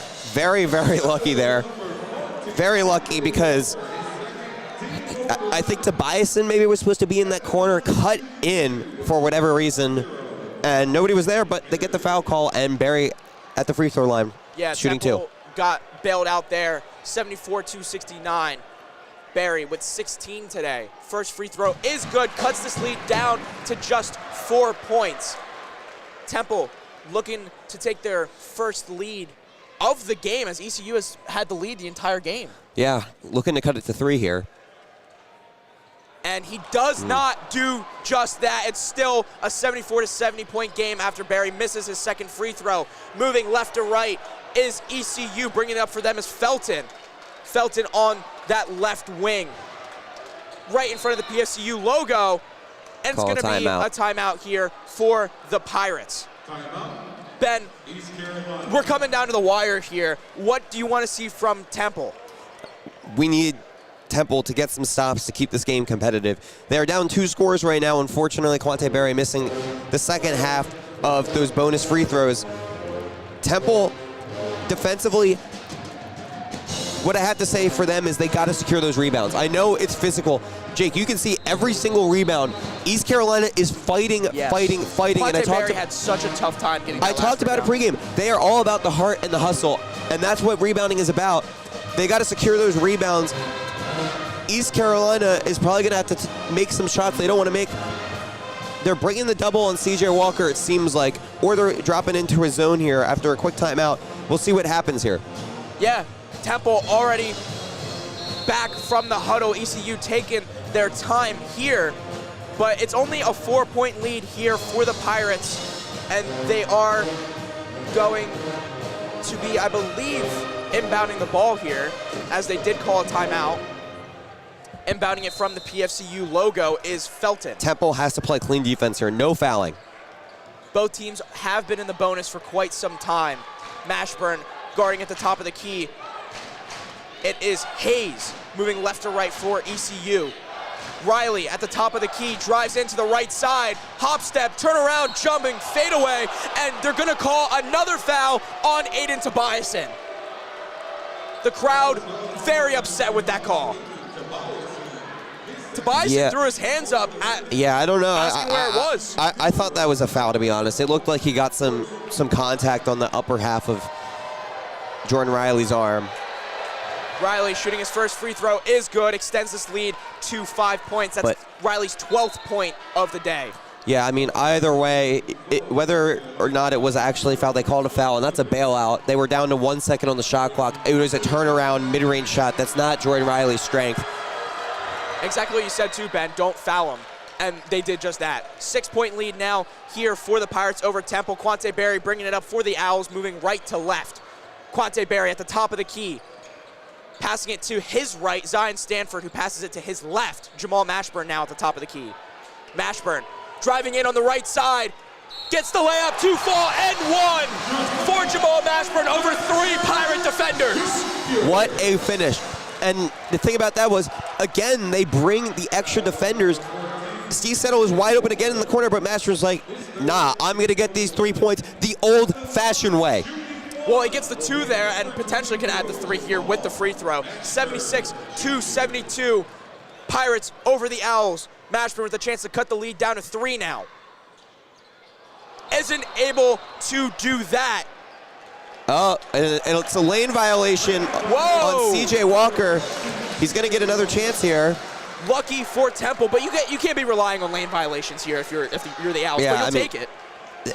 You'll take whatever you can get in a 4-point ball game. Mashburn with a chance of redemption here on this free throw. The shot falls this time. 76-73 is now your score. Pirates over Temple, and it looks like there's some confusion on the court. They're going to have to redo that because the clock was not set properly. Yeah, Mashburn lining back up. And I don't know what Walker is doing. I do not know what Walker's doing here standing in the middle of the lane. I mean, yeah, some confusion on the court here. Not sure what is really happening. Everybody looks just confused. I mean, how is this not an attack on Walker? He's just standing in the lane. What is going on? Coach Fisher asking the ref what's happening, and Mashburn, they're taking that point off the board like you said, Ben, and now the 3rd chance here for this free throw. The shot. Gets it to fall. All of that just to hit the shot. 3-point lead now for the Pirates. ECU moving left to right. 76-73. Hayes bringing it up the court. Mashburn playing tough defense all the way up. Hayes calling for a screen from Walker. Gonna bounce pass it to Walker at the top of the key. Walker back to the wing to Hayes. Hayes down low to Walker. He fumbles the ball. It's going to be a turnover for ECU. Great defense there. Finally made that adjustment on the pick and roll. Steve Settle played it perfectly. And now Temple will call a timeout here in this crucial moment. 1:20 left, down 3.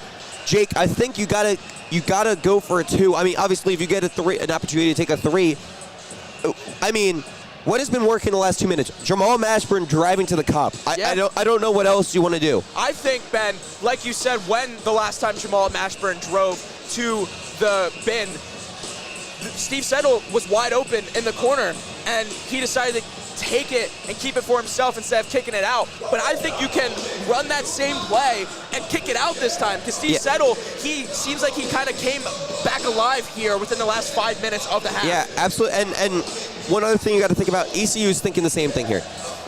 They've been getting cooked on that quick drive from Jamal Mashburn. Could you see a Quante Berry play, maybe? Possibly. I mean, Quante Berry, Zion Stanford, they both have over 15 points today. Stanford, if I'm being honest, has kind of been the saving grace here for this team today, as he's kind of been the reason they're staying within such a close margin. That middle quartile of this second half, he really kept them alive. Yeah. These last few minutes, he hasn't done much. Maybe we could see him. I'm curious to see what kind of defense ECU is running, because if they're running a zone, Zion Stanford they're going to play full court press here. A little bit of a press here. Yeah, we'll see how much of an actual pressure this is. Not inbounding a pretty light pressure. Temple. Are they dropping here? They're dropping into a man. Mashburn moving right to left here for Temple. That same play, Steve Settle in the corner for 3. He ties the it! Game! He ties the game, 76-76. The first time this game has been tied all day. Steve Settle. What a shot, and exactly the play that I called, Ben, where Mashburn brings it into the lane, kicks it back out to Settle, and he's just sitting there waiting to drain the 3. Yeah, I mean, again, we talked about it in the first half with CJ Walker. I don't know what you can do to defend that. If you leave him one-on-one, Jamal Mashburn's going to drive in and make the layup. If you bring an extra guy, sometimes he even makes it that way. So you got to bring that extra guy, and Steve Settle in the first half struggled.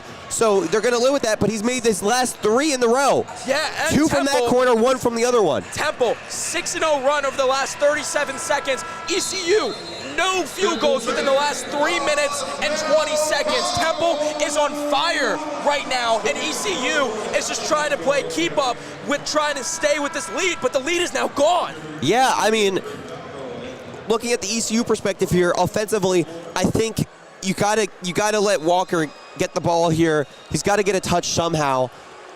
We'll see what happens. They've been running a lot of pick and roll here. That last time though, they forced a turnover. So do they go back to that? We'll see here. We'll definitely see, as 76 to 76 is your score here. Everyone up on their feet, including here us, in the Jake. Leah Core Center. Yes, sir, Ben. We are up on our feet, looking to see how this one will end. ECU moving left to right, bringing it up for them is Hayes. Hayes being guarded tightly by Jamal Mashburn, passes midcourt. A bit of a tip from Quante Berry, but Hayes is there to recover his steal. Riley down to inside the arc on that left corner, the left side of the baseline. And it's a bad throw! It's a bad throw from Felton to the corner. It's a turnover, and Temple's gonna get possession. And Jake, Aiden Tobiasen, an excellent double team down there in the corner. RJ Felton was down underneath the basket. They brought the double, he had nowhere to go, and he threw it to the opposite corner. As now Temple will need to get this ball in, and they do to Mashburn. Mashburn bringing 40 it up. 40 seconds left here on the clock. Moving right to left, the Let's Go Temple chant raining out here in the Leah Core Center. Mashburn moving to his right. The step back jump shot is no good, and ECU is going to have 28 seconds left. Moving left to right now is Hayes. Hayes taking his time up the court, going up towards that PFCU logo. And a timeout is called. A timeout here by ECU. Jake, but man, he was wide open on that shot, but I feel like the way you've been driving to the basket, you gotta keep pushing it in. Draw a foul. I think if he would have gone all the way, he could have drawn a foul, or they could have kicked it out. But Temple in a great position here. They gotta stop this shot and get it to overtime. I don't blame Mashburn for taking that step back jump shot. That is usually his bread and butter, is to try to get the defense falling back on their feet, expecting the layup, and then he kind of stops, pivots, and puts up the shot. Yeah, and we'll see. Well, and Temple in this timeout's got to be going over. Okay, guys, if they shoot this shot really fast, we get the rebound, we have a timeout.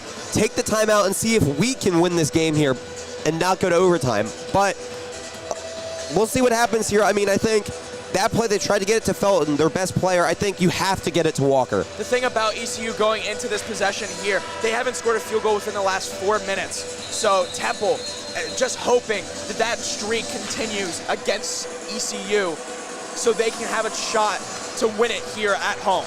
Yeah, we'll see. I mean, Temple, no fouls. There's been a lot of fouls this half. Some of them have been very frustrating calls for Temple, but it doesn't matter now.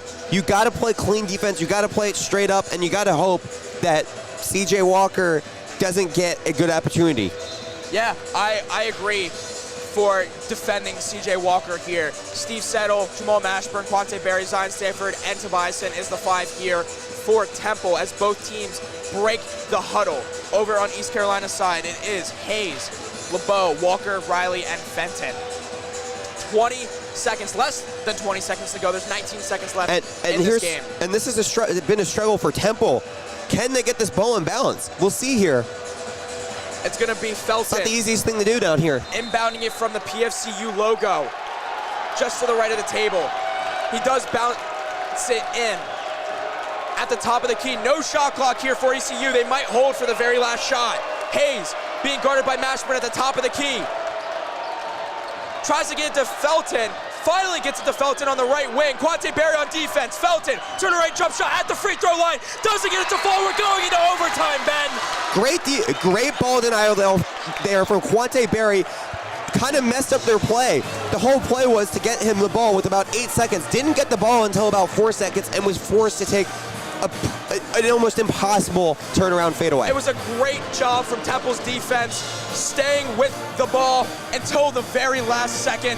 Made Felton, like you said, chuck up a shot that they're not trying to go for.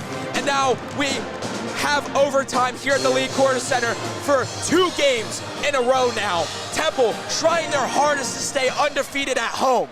Yeah, absolutely, and I think this is good for Temple, right? They have all the momentum so far. They're playing at home. You always know when you're at home, you're okay with overtime. But they got to get off to a quick start. 5 minutes, it's a complete reset from the end of that second half. It is a 100% fresh game now. Think of it as 0-0, where you don't even have to, your guys are tired.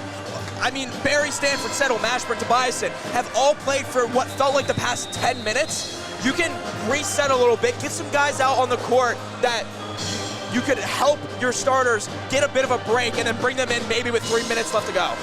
Yeah, I mean, we'll see what lineup he comes out with. I think that, I don't know if you can make any subs. That lineup defensively down the stretch played excellent. And they have been on fire offensively, too, as they were in that 6-0 run for the last 2 minutes. So you might want to keep them in, or Coach Fisher might want to sub them out to give them a bit of a rest. We'll definitely see here as ECU is the first to break their huddle. I mean, what a game here to start February, Ben.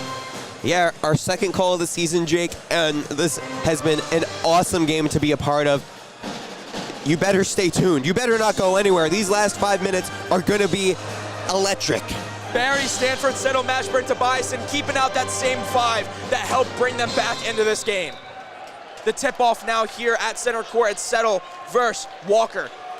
Settle gets it all the way to the left corner here, and it's going to be a possession here for Temple as ECU knocks it out of bounds. Yeah, Tobiasen knocked it off Riley there. Great hustle from Tobiasen to get back to that ball. All the way in this left corner, it ended up moving right to left. Quante Barry for Temple. Barry at the top of the key, sitting on the logo.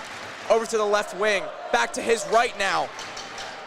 To his left, Mashburn to Steve Settle in the corner, who takes the shot and hits the 3! Temple has taken their very first lead of the game, 79-76 over East Carolina. And Steve Settle has been on fire, made his last 4 threes in a row. Moving left to right now, ECU, it's Hayes at the top of the key. Over to the left wing, driving, putting the layup up, and they're gonna call a foul. Driving there was Felton from the left side of the paint. And man, Ben. Steve Settle, that's his 4th foul. That could be big. 4 fouls for Steve Settle. Might have to see some guys that don't get much minutes here in crunch time, as Elijah Gray just came back from the locker room once more. Felton taking his second free throw of the day, hits the first one to cut this lead down to 2. Yeah, it seems like East Carolina has decided they're going to go to their best player here, which makes sense, but I'm kind of surprised Walker has not gotten involved a lot down the stretch here. Second free throw missed. Quante Barry brings it up for Temple, moving right to left. It's a 2-point lead, 79-77. Temple. Over to the left side is Mashburn at the left wing. Back to his right, Quante Barry runs around the screen from Settle. Settle passes it to the left wing. Mashburn hits the 3! Open 3! Back-to-back 3-pointers here for Temple. It's 82-77, a 5-point lead. The furthest lead for Temple all game. There is a call here on the court. I believe it is a reach-in foul. It's on Zion Stanford down low. CJ Walker. They've been going at it all game. They have been. That is his 4th. Are they reviewing to see if this is a flagrant? Getting into some foul trouble now, as both Stanford and Settle now have 4 fouls here in this overtime game. Are they just? I don't know what the officials are discussing. The only thing I can think of is are they going to review it for a flagrant?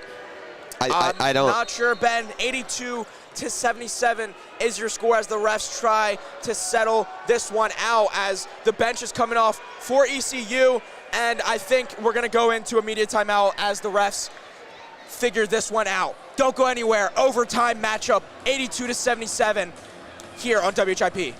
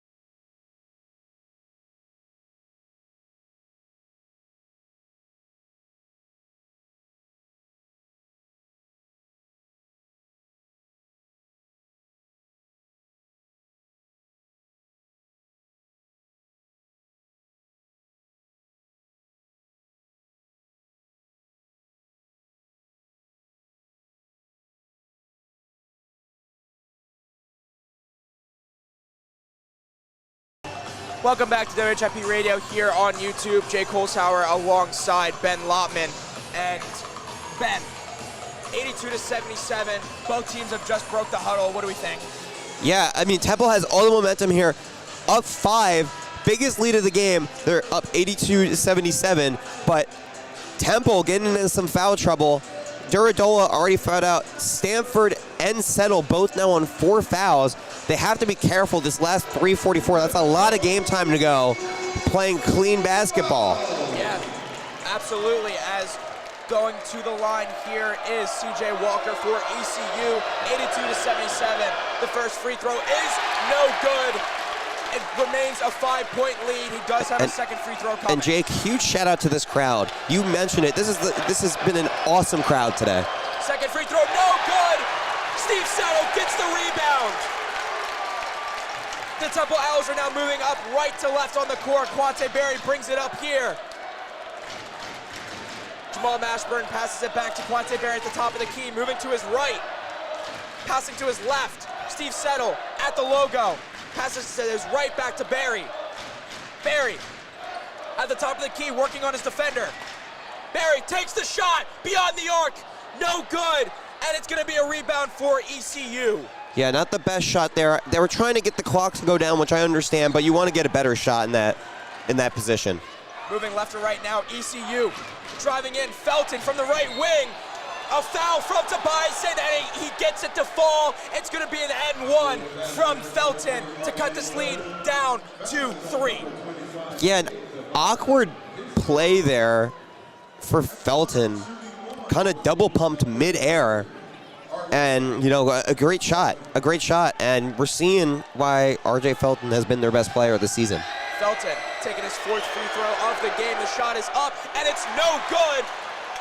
A fight for the rebound, and both 2 players were on the ground. That's Walker and Tobiasen who are fighting for the ball. We're gonna see who the refs jump ball possession here. arrow for ECU.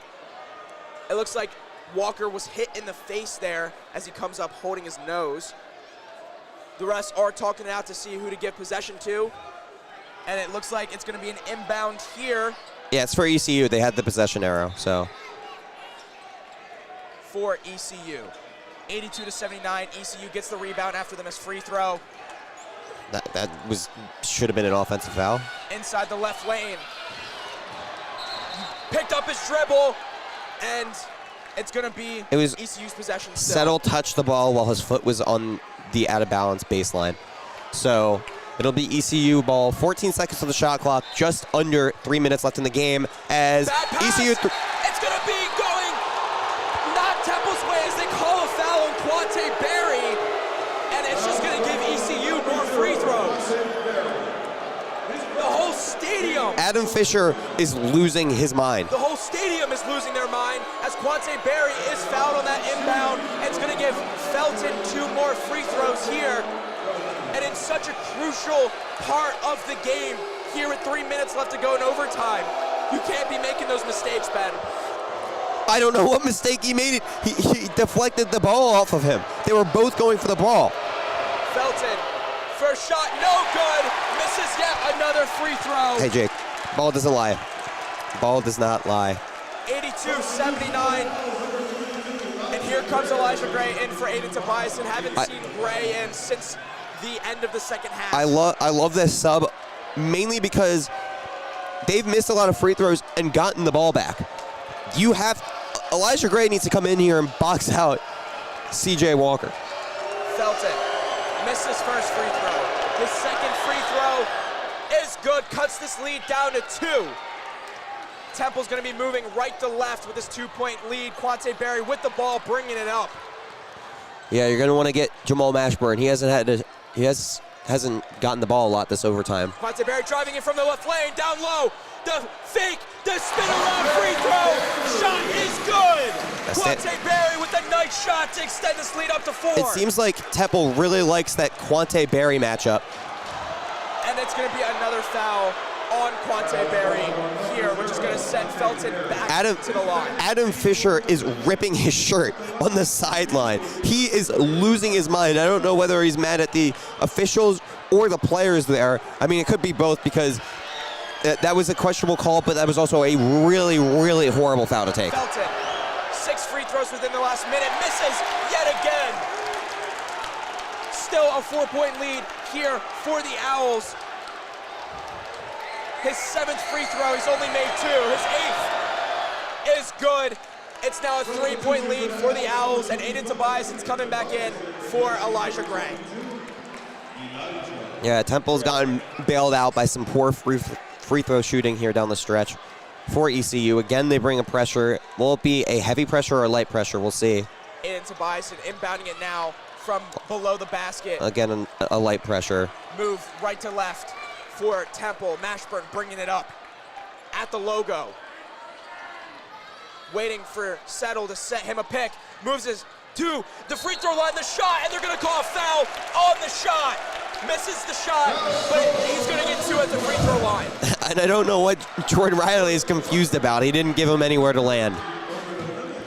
Jamal Mashburn took a 2-pointer from just within the arc and was fouled on that one. I mean, they just showed the replay. Yeah, he just didn't give him anywhere to land. Mashburn shooting 7 for 9 from free throw today. His 10th one is good. Extends this lead up to 4 points, 85-81. The second free throw here for Mashburn is no good. It goes in and out.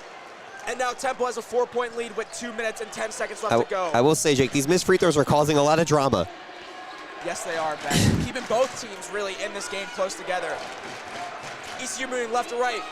Walker, the shot, the fadeaway shot is no good. Stanford gets the rebound there. And even with how good CJ Walker has been playing today, that is not a good look at all. A fadeaway mid-range is not a good look. Quante Berry has it top of the key here. Moving right to left is Temple, 85-81 with 1 minute and 40 seconds left to go. Mashburn now on the logo. Guarded by former Temple Owl Riley. Gets fouled from CJ Walker as it looked like Riley put his hand up to try to protect Walker, who does have 3 fouls today. And it's going to be on Jordan Riley here. And I don't know why he looks confused. He put his hand up saying it was mine. He said it was mine, and then after he was like, oh, I have 4. What am I doing? And he was very frustrated about that. But Mashburn taking more free throws here. Has a chance to ice this game here. His 12th free throw is good, extending this lead to 5 points. Yeah, with the way ECU shoots the 3-pointer, if he makes this a 6-point lead, that's a huge margin for them. And there is the 6-point lead, Ben. 87-81 as now ECU running up the court, running out of time. Moving left to right. The 3 from Hayes at the top of the key is no good. The rebound by Zion Stanford. Quante Berry now bringing it up. Yeah, I mean, an open shot, but you just felt like once they extended it to 6, they haven't shot the 3-ball very well this entire game. As Quante Berry holds it at the top of the key, gonna let this tick to under a minute left. Now 10 seconds left on the shot clock. 87-81 is your score. Quante Berry moving in from the right wing. Gets the layup to fall. He picks it off the glass and it extends this lead to 8. 89-81, ECU trying to draw the foul from 3, doesn't get it. Walker down low does clean it up. And that was very good defense there from Temple. First off, Felton tried to draw the foul from the 3-point line. Quante Berry stepped away from him, made him shoot a horrible-looking shot, and then on the inside, CJ Walker got the rebound, but Steve Settle, smart, kind of backed up, let him make the layup, no fouls. They're not going to win by just making it 2s down the stretch, but Temple here, this is going to when the foul game is going to start. They have not shot the foul from the free throw line very well this game. They're going to have to make some down the stretch here in order to pull out the victory. Yeah, ECU 55% from the foul line today compared to Temple's 73%. And Ben, going into this game, we said that the 3-point shooting from ECU really isn't a factor.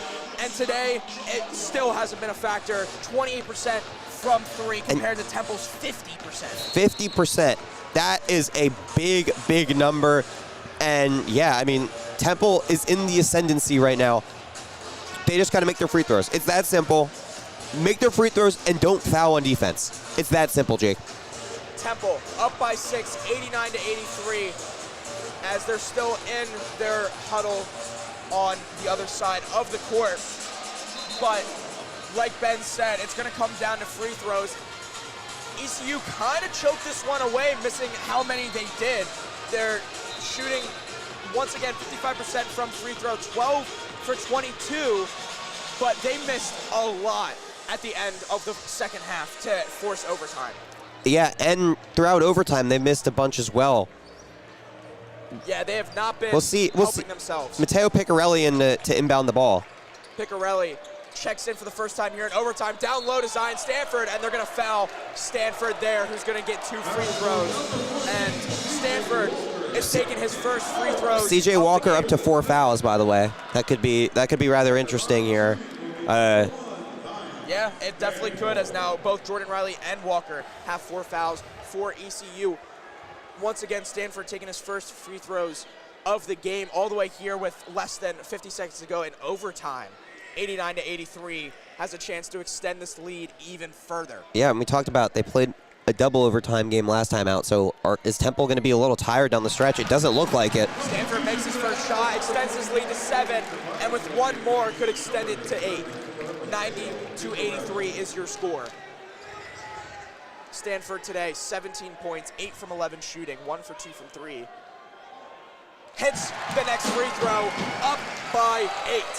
And Temple has got to not let them get a quick bucket here. Make them take at least 10 seconds off the clock here. ECU moving left to right now. That's Woodard. Woodard on the left side of the wing to the left corner. They're going to call no shot, and it's going to be a foul on Zion Stanford, who just picked up his 4th foul of the game. No, that is his 5th. Oh, his 5th of the game. It's going to take him out, as the stat sheet did not upgrade quick enough. But Zion Stanford getting an ovation here from this home crowd, as in the second half was really the reason Temple came back. Yeah, absolutely. One of his better games in his Temple career, one of his better games this season. He had a great stretch at the end of the second half, scoring points off of steals, turnovers, and really just helped Temple all together. Yeah. Really make this comeback and give them such a big lead here in overtime. Yeah, and I said it, you don't want to foul there, but in that situation, it's not horrible. They had already taken about 8 seconds off the clock, and there was a wide open guy in the corner. I don't know if Stanford saw that or whatever, but... Elijah Gray checks in here for Zion Stanford, taking free throw shots. Woodard for his first free throws of the day, hits the first one, and now this is a 7-point lead here for the Owls. 41 seconds left to go here in overtime. The second free throw for Woodard falls. It's now 91-85, and Matteo Piccarelli coming in for Aiden Tobiason to rebound. Temple has to be smart here. They have 2 timeouts. If they can't get it in, just take a timeout. Piccarelli inbounding it to Steve Settle. Steve Settle does lose the ball, but they're going to call a foul on LeBeau there. Clearly a foul. Went right through his arm to get to the ball. No arguing there. And they just got to make the free throws, Jake. Absolutely. Tobiason looks to want to check back in, most likely for Piccarelli, as Steve Settle, who does have 4 fouls today, has not taken a free throw yet. Yeah, and we're just a tick under 40 seconds left in this game. First free throw here for Settle, with 12 on the night, makes the second shot. Yeah, and big shout out to Steve Settle. You know, we talked about it. He was struggling. He got taken out for a large stretch of the second half and came in down the stretch and made some crucial threes. Yeah, played 31 minutes today compared to Barry and Mashburn's 44, as he does hit the second one. And it's now 93-85. ECU running up the court left to right. Woodard giving it to Felton. Felton taking a 3. They're going to call foul on Barry there, which is Barry's 3rd foul of the game. But another foul here on against ECU. I can only help but chuckle because that looked like all ball, and that was like right in front of us, Jake. That looked like all ball. It was also a very bad shot for Felton to take. I mean, I know you have to take it down here now after that free throw, down by 7, but I don't think Felton should be taking that shot, but he does draw the foul, which Yeah, helps him. and to be fair, even if it wasn't a foul, Quante Berry honestly shouldn't even be contesting that to give the officials an opportunity to call that a foul. Felton makes the second free throw here. It's now 93 to 87, as he does get 3 being fouled from beyond the arc. 93 to 87. Makes all 3, and it's now 93 to 88, a 5-point lead here for Temple. Matteo Piccarelli checks again one more time to inbound the ball for Aiden Tobiasen.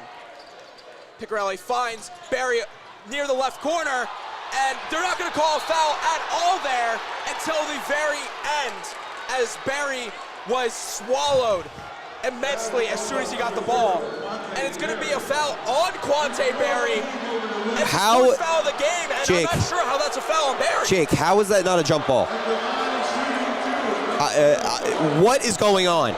Felton now gets 2 more free throw shots, but Barry was just completely swallowed as soon as he got the ball. As the first one hits, it's now 93 to 89, and Barry fell to the ground. It looked like Ben said it would have been a jump ball, but the refs did not call it. And Temple has the possession arrow. It's 93 to 90 now. Temple calls a timeout. And that's a great timeout. Try to settle your players down if you're Coach Fisher. But Ben, I'm not sure how you're going to be able to call that foul on Barry when he was literally on the ground. I don't know how these refs are going to get out of North Philadelphia, Jake. This has been one of those games where you just have no idea what is going on. What's a foul? What's not a foul? Do I even know the rules of basketball, Jake? I'm losing it. I would hope so. I'm confused. You're the analyst today. But I'm confused. I don't know what they're calling. I mean, kudos to you, Ben, because they did have 2 goaltends that were reversed and then called fouls after the replay.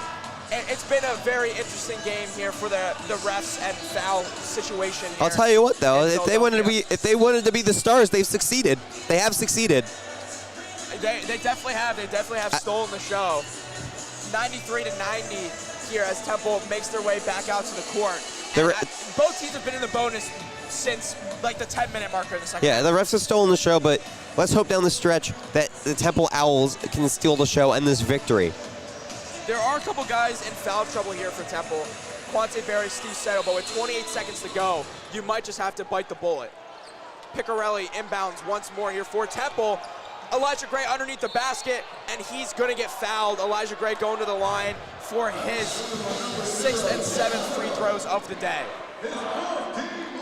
93 to 90 is your score with 27 seconds left to go. And every single time we said for Temple, make these free throws to ice the game, it seems like ECU has come right back. Yeah, I mean, Temple's made pretty much all their free throws since this game started. Like, since this free throw game back and forth started. We'll see if Elijah Gray can make his shots. Gray, first free throw is good, extends this lead to 4, which makes it not a one-shot game anymore if you don't foul from 3. Exactly. This is still a crucial one.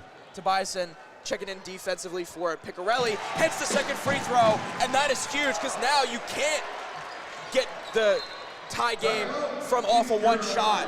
Felton comes over to half court and takes the timeout for ECU. 24 seconds left to go here, Ben. A 30-second timeout here. They're going to look to draw up a play.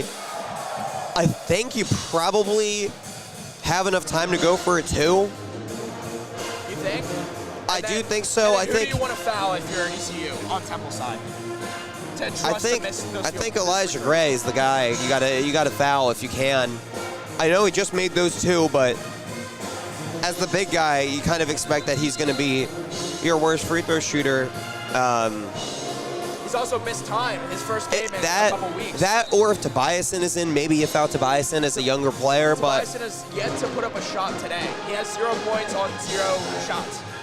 So you might want to get him. But I don't know if he'll be in the game on the inbound because Piccarelli's been coming in for the rebound. I mean, we'll see what happens here. A big defensive possession. If Temple is able to stop them here, I think they're going to let the clock run out. But we'll see. The ball for ECU over by the PFCU logo is Riley. as runs into his own man. ECU, that was Felton that ran into his own man. He does get his own putback, and now it's a 3-point lead here for Temple. 16 seconds left to go.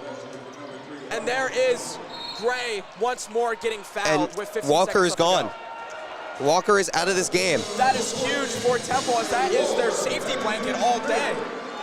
He leaves this game with 33 points, 14 from 20 for 22 shooting. And the crowd waves goodbye after a excellent game. Let's just highlight how awesome of a game CJ Walker had. 33 points, 7 rebounds, an assist and a block. Only 2 turnovers in that time as well. Yeah, I mean, he's had a great game, and like I was saying, Ben, he is their safety blanket, really. When the shot gets missed, he's going to be there on the rebound, but no longer. As Elijah Gray gets ready to take his 8th and 9th free throws of the day. He has 9 points today, and he can really try to put this game out of reach. Up by 3, 95-92. Elijah Gray at the line. The first free throw is no good, which means ECU can still tie this game up with 1 shot. He still has another chance, though, to make this a 2-score lead. 95-92. Elijah Gray, who has been injured for the past couple weeks, coming in here in his first game against ECU, back off of injury. Makes the second free throw to give him 10 points. It's a 4-point lead now for Temple over ECU. Woodard bringing it up, passing it to his right. ECU probably going to look for a 3. Taking the 3 from the wing, no good. Settle gets the rebound and gets fouled, and now Settle really can put this game away. 6 seconds left on the clock. Yeah, I mean, down the stretch, I think in that's not the best shot, but they had to shoot a 3 there. They were down 4 with about 16 seconds. If they make a 3, then no matter what on the foul, they have a chance to at least tie it. So now the game's pretty much over. They're down 4 with 6.5 left, as long as Settle makes at least one of these. And Coach Michael Schwartz over on ECU went up to Felton right after that play, as the first shot from Settle is good, giving him a pat, just saying that was the shot we wanted to take. Good job. You can't make them all. Steve Settle now with that free throw extends this lead to 5, as Piccarelli checks in one more time here for, it looks like, Elijah Gray. A 5-point lead for the Owls, 97-92, 6 seconds left on the clock. Steve Settle at the free throw line. The free throw does fall, extending this lead to 6 points. Bringing it up is Felton.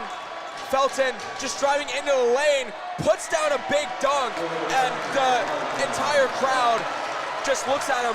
How selfish of a player can you be, just getting those last couple points with that dunk? But the Owls do come up on top. 99-94 is your final score here in Philadelphia. What a game, Ben. What an excellent game. The Owls remain undefeated at home. A great effort. I talked about it pregame. You need that heart, you need that hustle, and down the stretch, they showed that to me. They played with immense heart and immense hustle. And look, I mean, Coach Fisher, there's going to be a lot of frustrating talks after this game. There was a lot of frustrating plays. Some of that had to do with the officiating. Some of that had to do with themselves fouling in situations they shouldn't foul in. But a win is a win is a win. And Temple continues to stay hot at home and continues to stay in that top 3 or so in conference. Absolutely. Now the men's basketball team here for Temple is 10-0, a perfect 10-0 here at home. What a comeback to defend the home nest here for the Owls. And they will be going on a road trip to Florida to take on USF. February 6th on Thursday. Thank you everybody for spending this Saturday afternoon here with me and Ben. The Owls improved their score to 14-8 on the season, and their conference is 6-3. It's been a fun one here. The final score, they dropped down the point, 98-94. And everybody enjoy the rest of your weekend here, and good